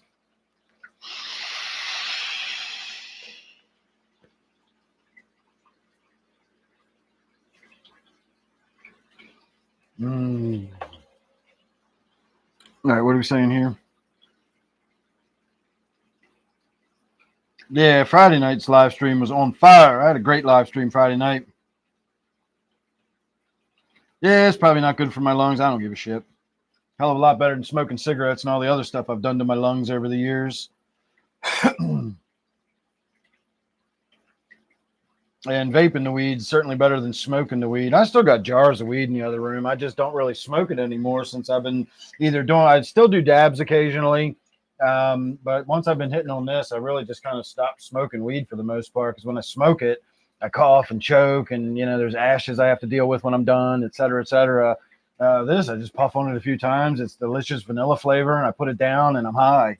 So it's pretty good.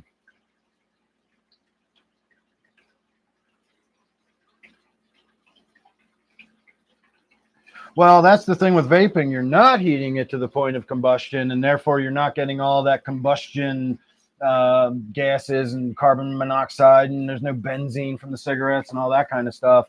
The problem with vaping is if you're using metal heating coils, that metal, as it heats up, is releasing heavy metals, and you're basically breathing in lead and cadmium and all that kind of shit.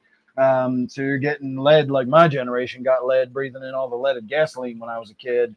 Now, if you vape a lot and you're using metal coils, you'll actually be getting a lot of lead. I, however, purposely buy my tanks with ceramic heating elements, and so I don't have that metal heating element.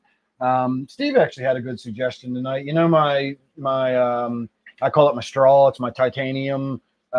He calls it a hot dabber, but I think of it as my straw. But you know what I'm talking about, my titanium thing I heat up with my torch. They make those out of ceramic too. So I should get one of those made out of ceramic instead of metal, because every time I heat that metal up to glowing red, I'm sure I'm sure it's off-gassing ions of fucking whatever's in that metal. Who knows? I know it's a titanium alloy, but it's probably mostly steel, so it's probably stainless steel with titanium mixed in. Probably not good to heat that up to red hot glowing and then inhale through it. So I might look into getting a ceramic version of that.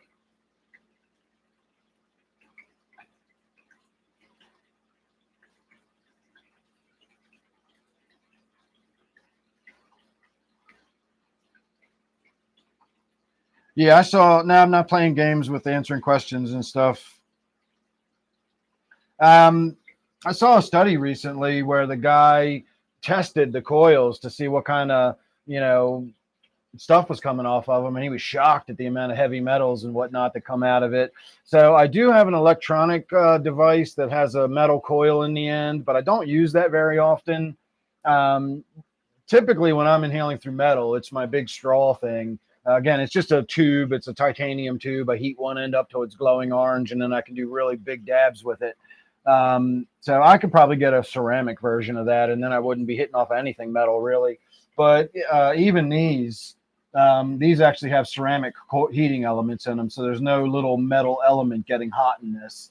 I'm still vaping the nicotine, and I'm still inhaling all that stuff, but at least I'm not doing it off of a metal coil that I'm heating up. So there's that.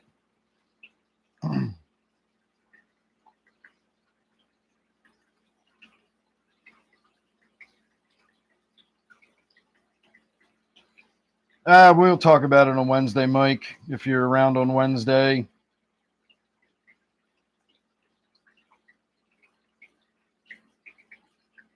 That's all right. Just don't keep piling the questions on, and you're fine. You're welcome to hang out. Just stop being annoying, and we'll get along just fine. Oh, thank you, Gamby. Appreciate it. And welcome aboard, by the way. I don't know if you're a new viewer or you already said that you're trying to stay up late, didn't you? Corn dog.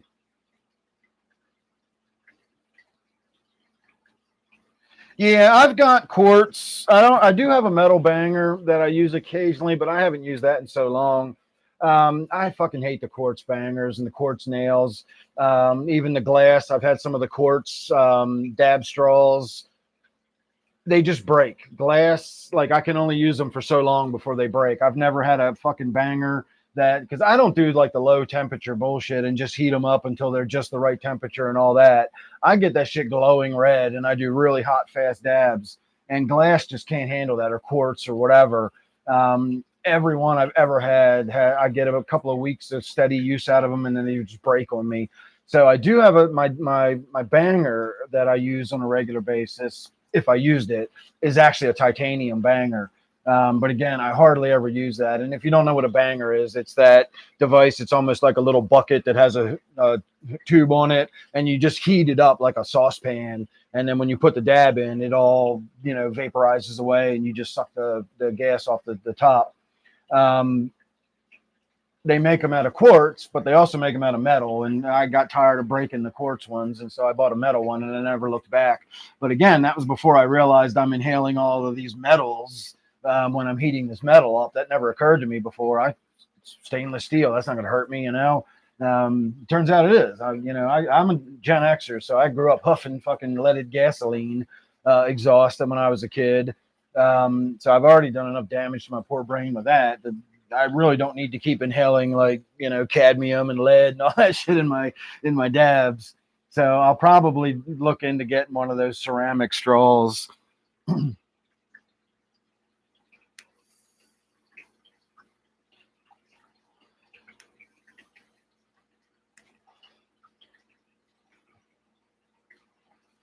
Yeah, we're talking about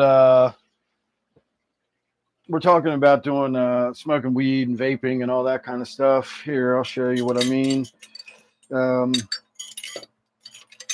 My metal one's around here somewhere. It doesn't matter. I don't need to show you the metal one. This is what I mean when I'm talking about a banger. This end goes into your little bong or device or whatever. And then this end is just it's a bucket. You just heat the bottom of it up and get the bottom nice and hot. And then you drop your dab in there. And as it vaporizes up, you do your hit off of it. So these little buckets are called bangers. And they don't go with mesh. So I got a bunch of the glass one. Here's my metal one. So this is the same version. Basically the same thing, except instead of being made out of glass or quartz or whatever, it's made out of a titanium alloy. So you can drop it, you can heat it up and cool it down as many times as you want. It never suffers any thermal stress and thermal fractures. Again, you can drop it and it'll bounce across the floor. I paid $45 for that instead of like the $12 or $15 I normally pay. But how many $12 or $15 ones do you have to break before you just, buy once, cry once, and then you've got it the rest of your life?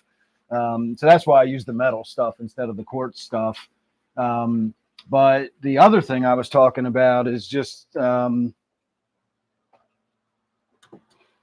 this. So this is what I would normally do a dab with. You just heat it's just a metal straw, basically. You just get the hot, nice and glowing orange, and then you just touch it to the material, and of course the heat vaporizes it, and you just suck it through the straw as you're vaporizing it. So again, that's a titanium metal alloy, and I'm heating that metal up to glowing orange and then breathing through it. So I can get one of these, but just made out of ceramic, and it'll do the exact same thing. It just won't be metal anymore. But usually when I do dabs, this is what I use. I don't use my electronic devices. I haven't used a banger in God knows how long. So if I get rid of that piece of metal and switch that out to ceramic, there won't be really much metal that I ever, smoke out of or whatever.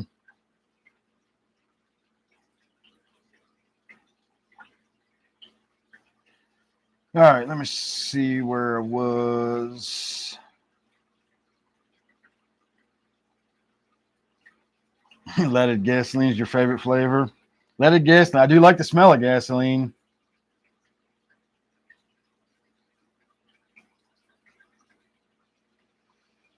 All right. Yeah, a dab is a small amount of marijuana concentrate.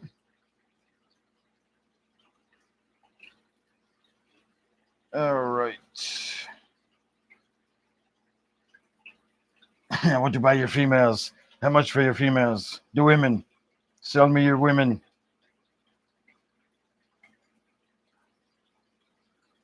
Like the Puffco Peak. I know what the Puffco Peak is, but the Peak is just one. Like the Puffco is the brand. They make all kinds of different things. The Peak is one of the devices they make. That's what I'm familiar with.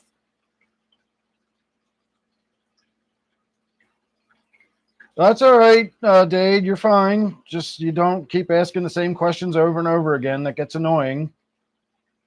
But you're certainly welcome to hang out and have a good time. I don't mind you being here. I do actually have some wooden pipes. I'm an old dude. I smoke out of a wooden bowl all the time. I love my wooden bowl. Yeah, I like those Puffco Peaks. I have something really similar. It's by a different company called Luca, and it is my dinosaur, and it's fucking awesome. I don't hit off of it very often because again, not really into the devices, and it's fun to play with and it's cool to use on a live stream or whatever. But this is the Luca version. So the Puffco Peak looks all artsy and cool and almost Art Deco-y. This looks whimsical and fun, and I know it's kind of hard to tell, but this is a really purple base, and I fucking love the color. Again, I'm a sucker for anything purple. If you paint it purple, I'll buy it. So it's got a little quartz ceramic heating element down in there. You put your dab in there, and then when you push the button, well, I have to turn it on. You get your little flashing lights, and it lights up a glowy color and all that kind of stuff. Let's see if I got anything left in there. Get heated up for a moment.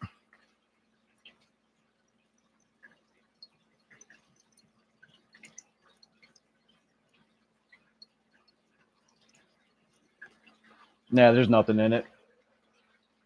Tastes kind of burnt, so it's just an empty coil. I can go put a dab in it. We can do a couple hits off of this real quick. I got some concentrate in here that we could use. Steve brought some stuff over today. It was fucking delicious. He brought that fancy store-bought stuff over. I can't afford that shit anymore. I got to do my own stuff.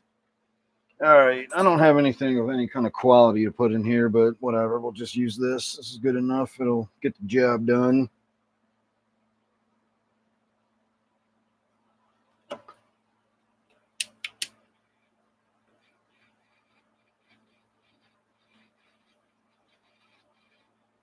Going to wreck this coil. I try to put good quality, clearish concentrate in here so that it doesn't turn the coil black. But this is stuff that's it's almost reclaim. It's not quite reclaim, but it's almost reclaim. It's really dark black looking color. So once I do a couple hits out of this, then that coil is going to be trashed. It's going to be black from now on. And we'll see what kind of quality hit I get out of it too.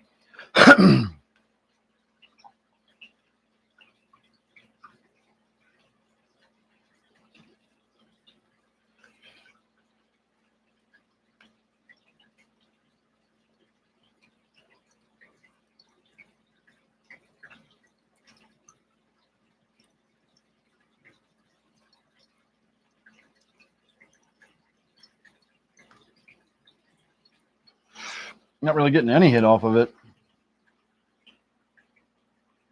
Not sure why. Let me turn the temperature up. That's on preheat mode.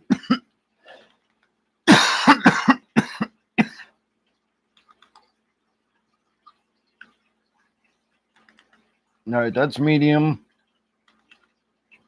All right, that's high temperature. I like the medium because it's blue. This is going to be white.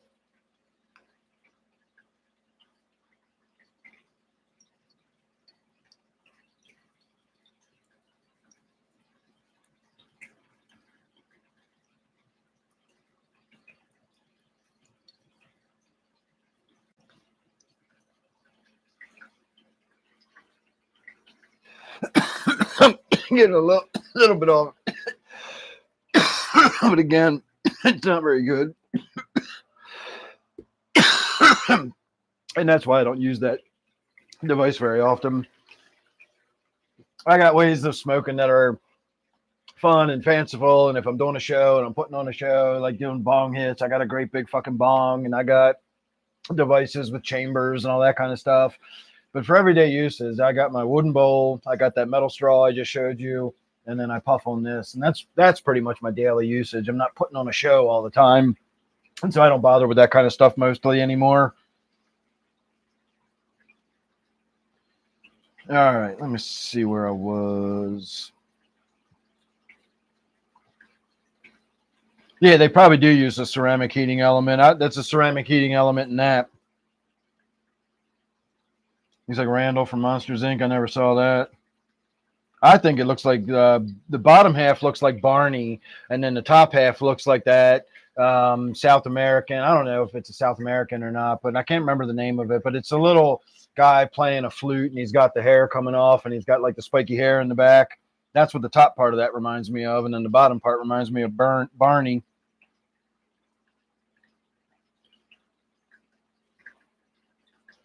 I still smoke flower occasionally.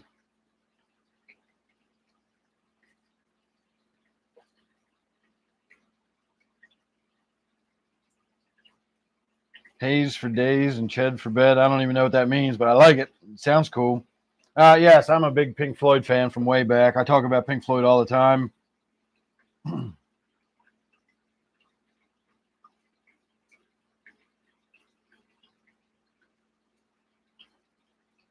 Yeah, we're definitely mushroom and pothead people around here. The bamboo bong started leaking. As it dried out, it just cracked and just didn't hold water anymore.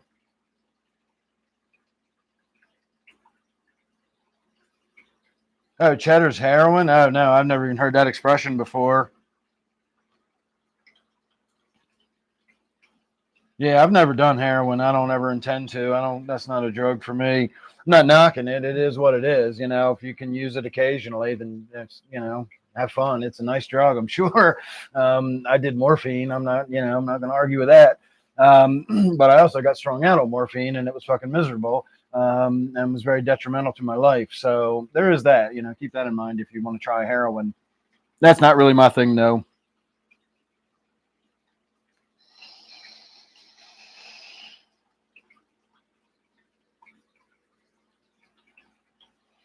I don't know if you're making a Pink Floyd reference when you're saying that at the wall. Oh, okay. Cheesy smelling weed that makes you sleep. Yeah, I'd never heard of heroin called cheddar before either.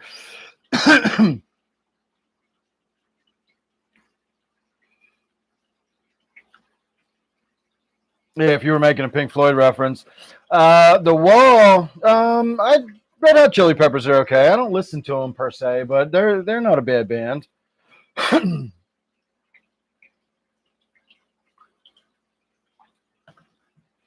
The Wall was my very first album I ever bought. Well, I didn't buy it when I was a kid, but my mom let me pick an album, at the record store or whatever.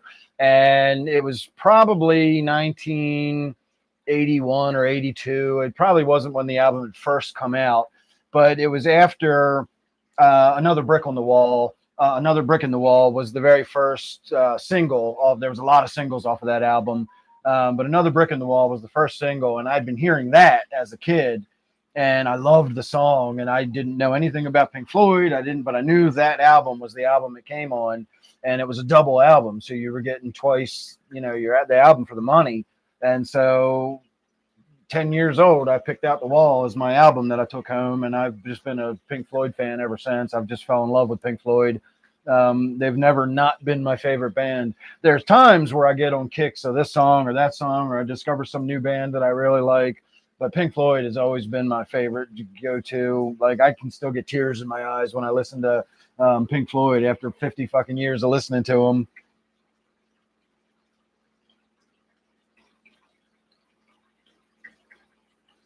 Yeah, I can't imagine what weed costs in the UK, because you guys aren't legal in the UK yet, are you?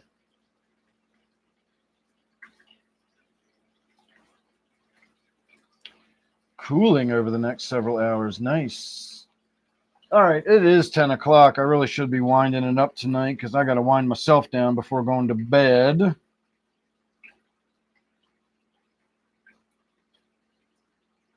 Yeah, I wish you could get drugs, Zini. I think you'd be a lot happier if you did drugs. I know I am.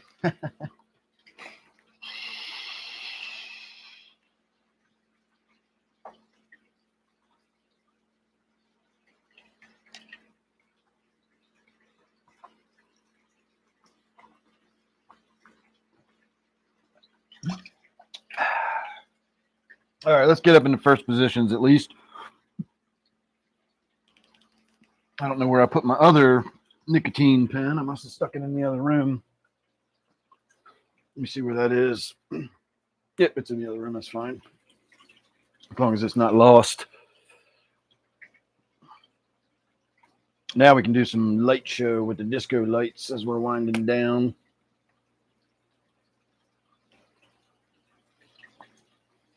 All right. Keep the disco light just out of the camera.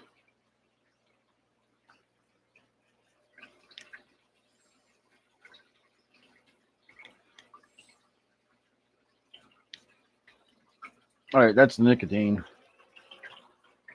Oh, God damn it. How many times do I donk my head on this thing? God damn it. Anyway, now we can have some disco party light time.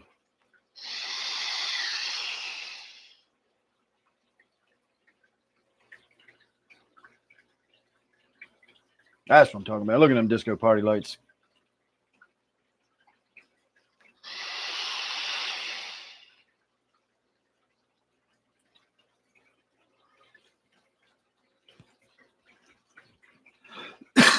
We you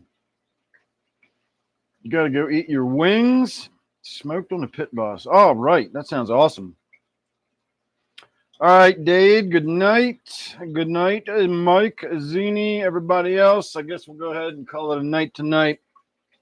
Remember, if you're not a member already and you'd like to be, it's $2.99 a month, and that'll get you an extra members-only live stream on Wednesday nights. And you'll also get access to the Discord server, which has all kinds of stuff on there, and a lot of people participating over on the Discord and stuff. So check that out if you're interested. Otherwise, I'm going to say thanks for watching tonight. I hope you all had a good time. I know I did. So long, and thanks for all the fish. I remembered to say it tonight. All right, everybody. I will see you either on Wednesday or next Friday. Good night.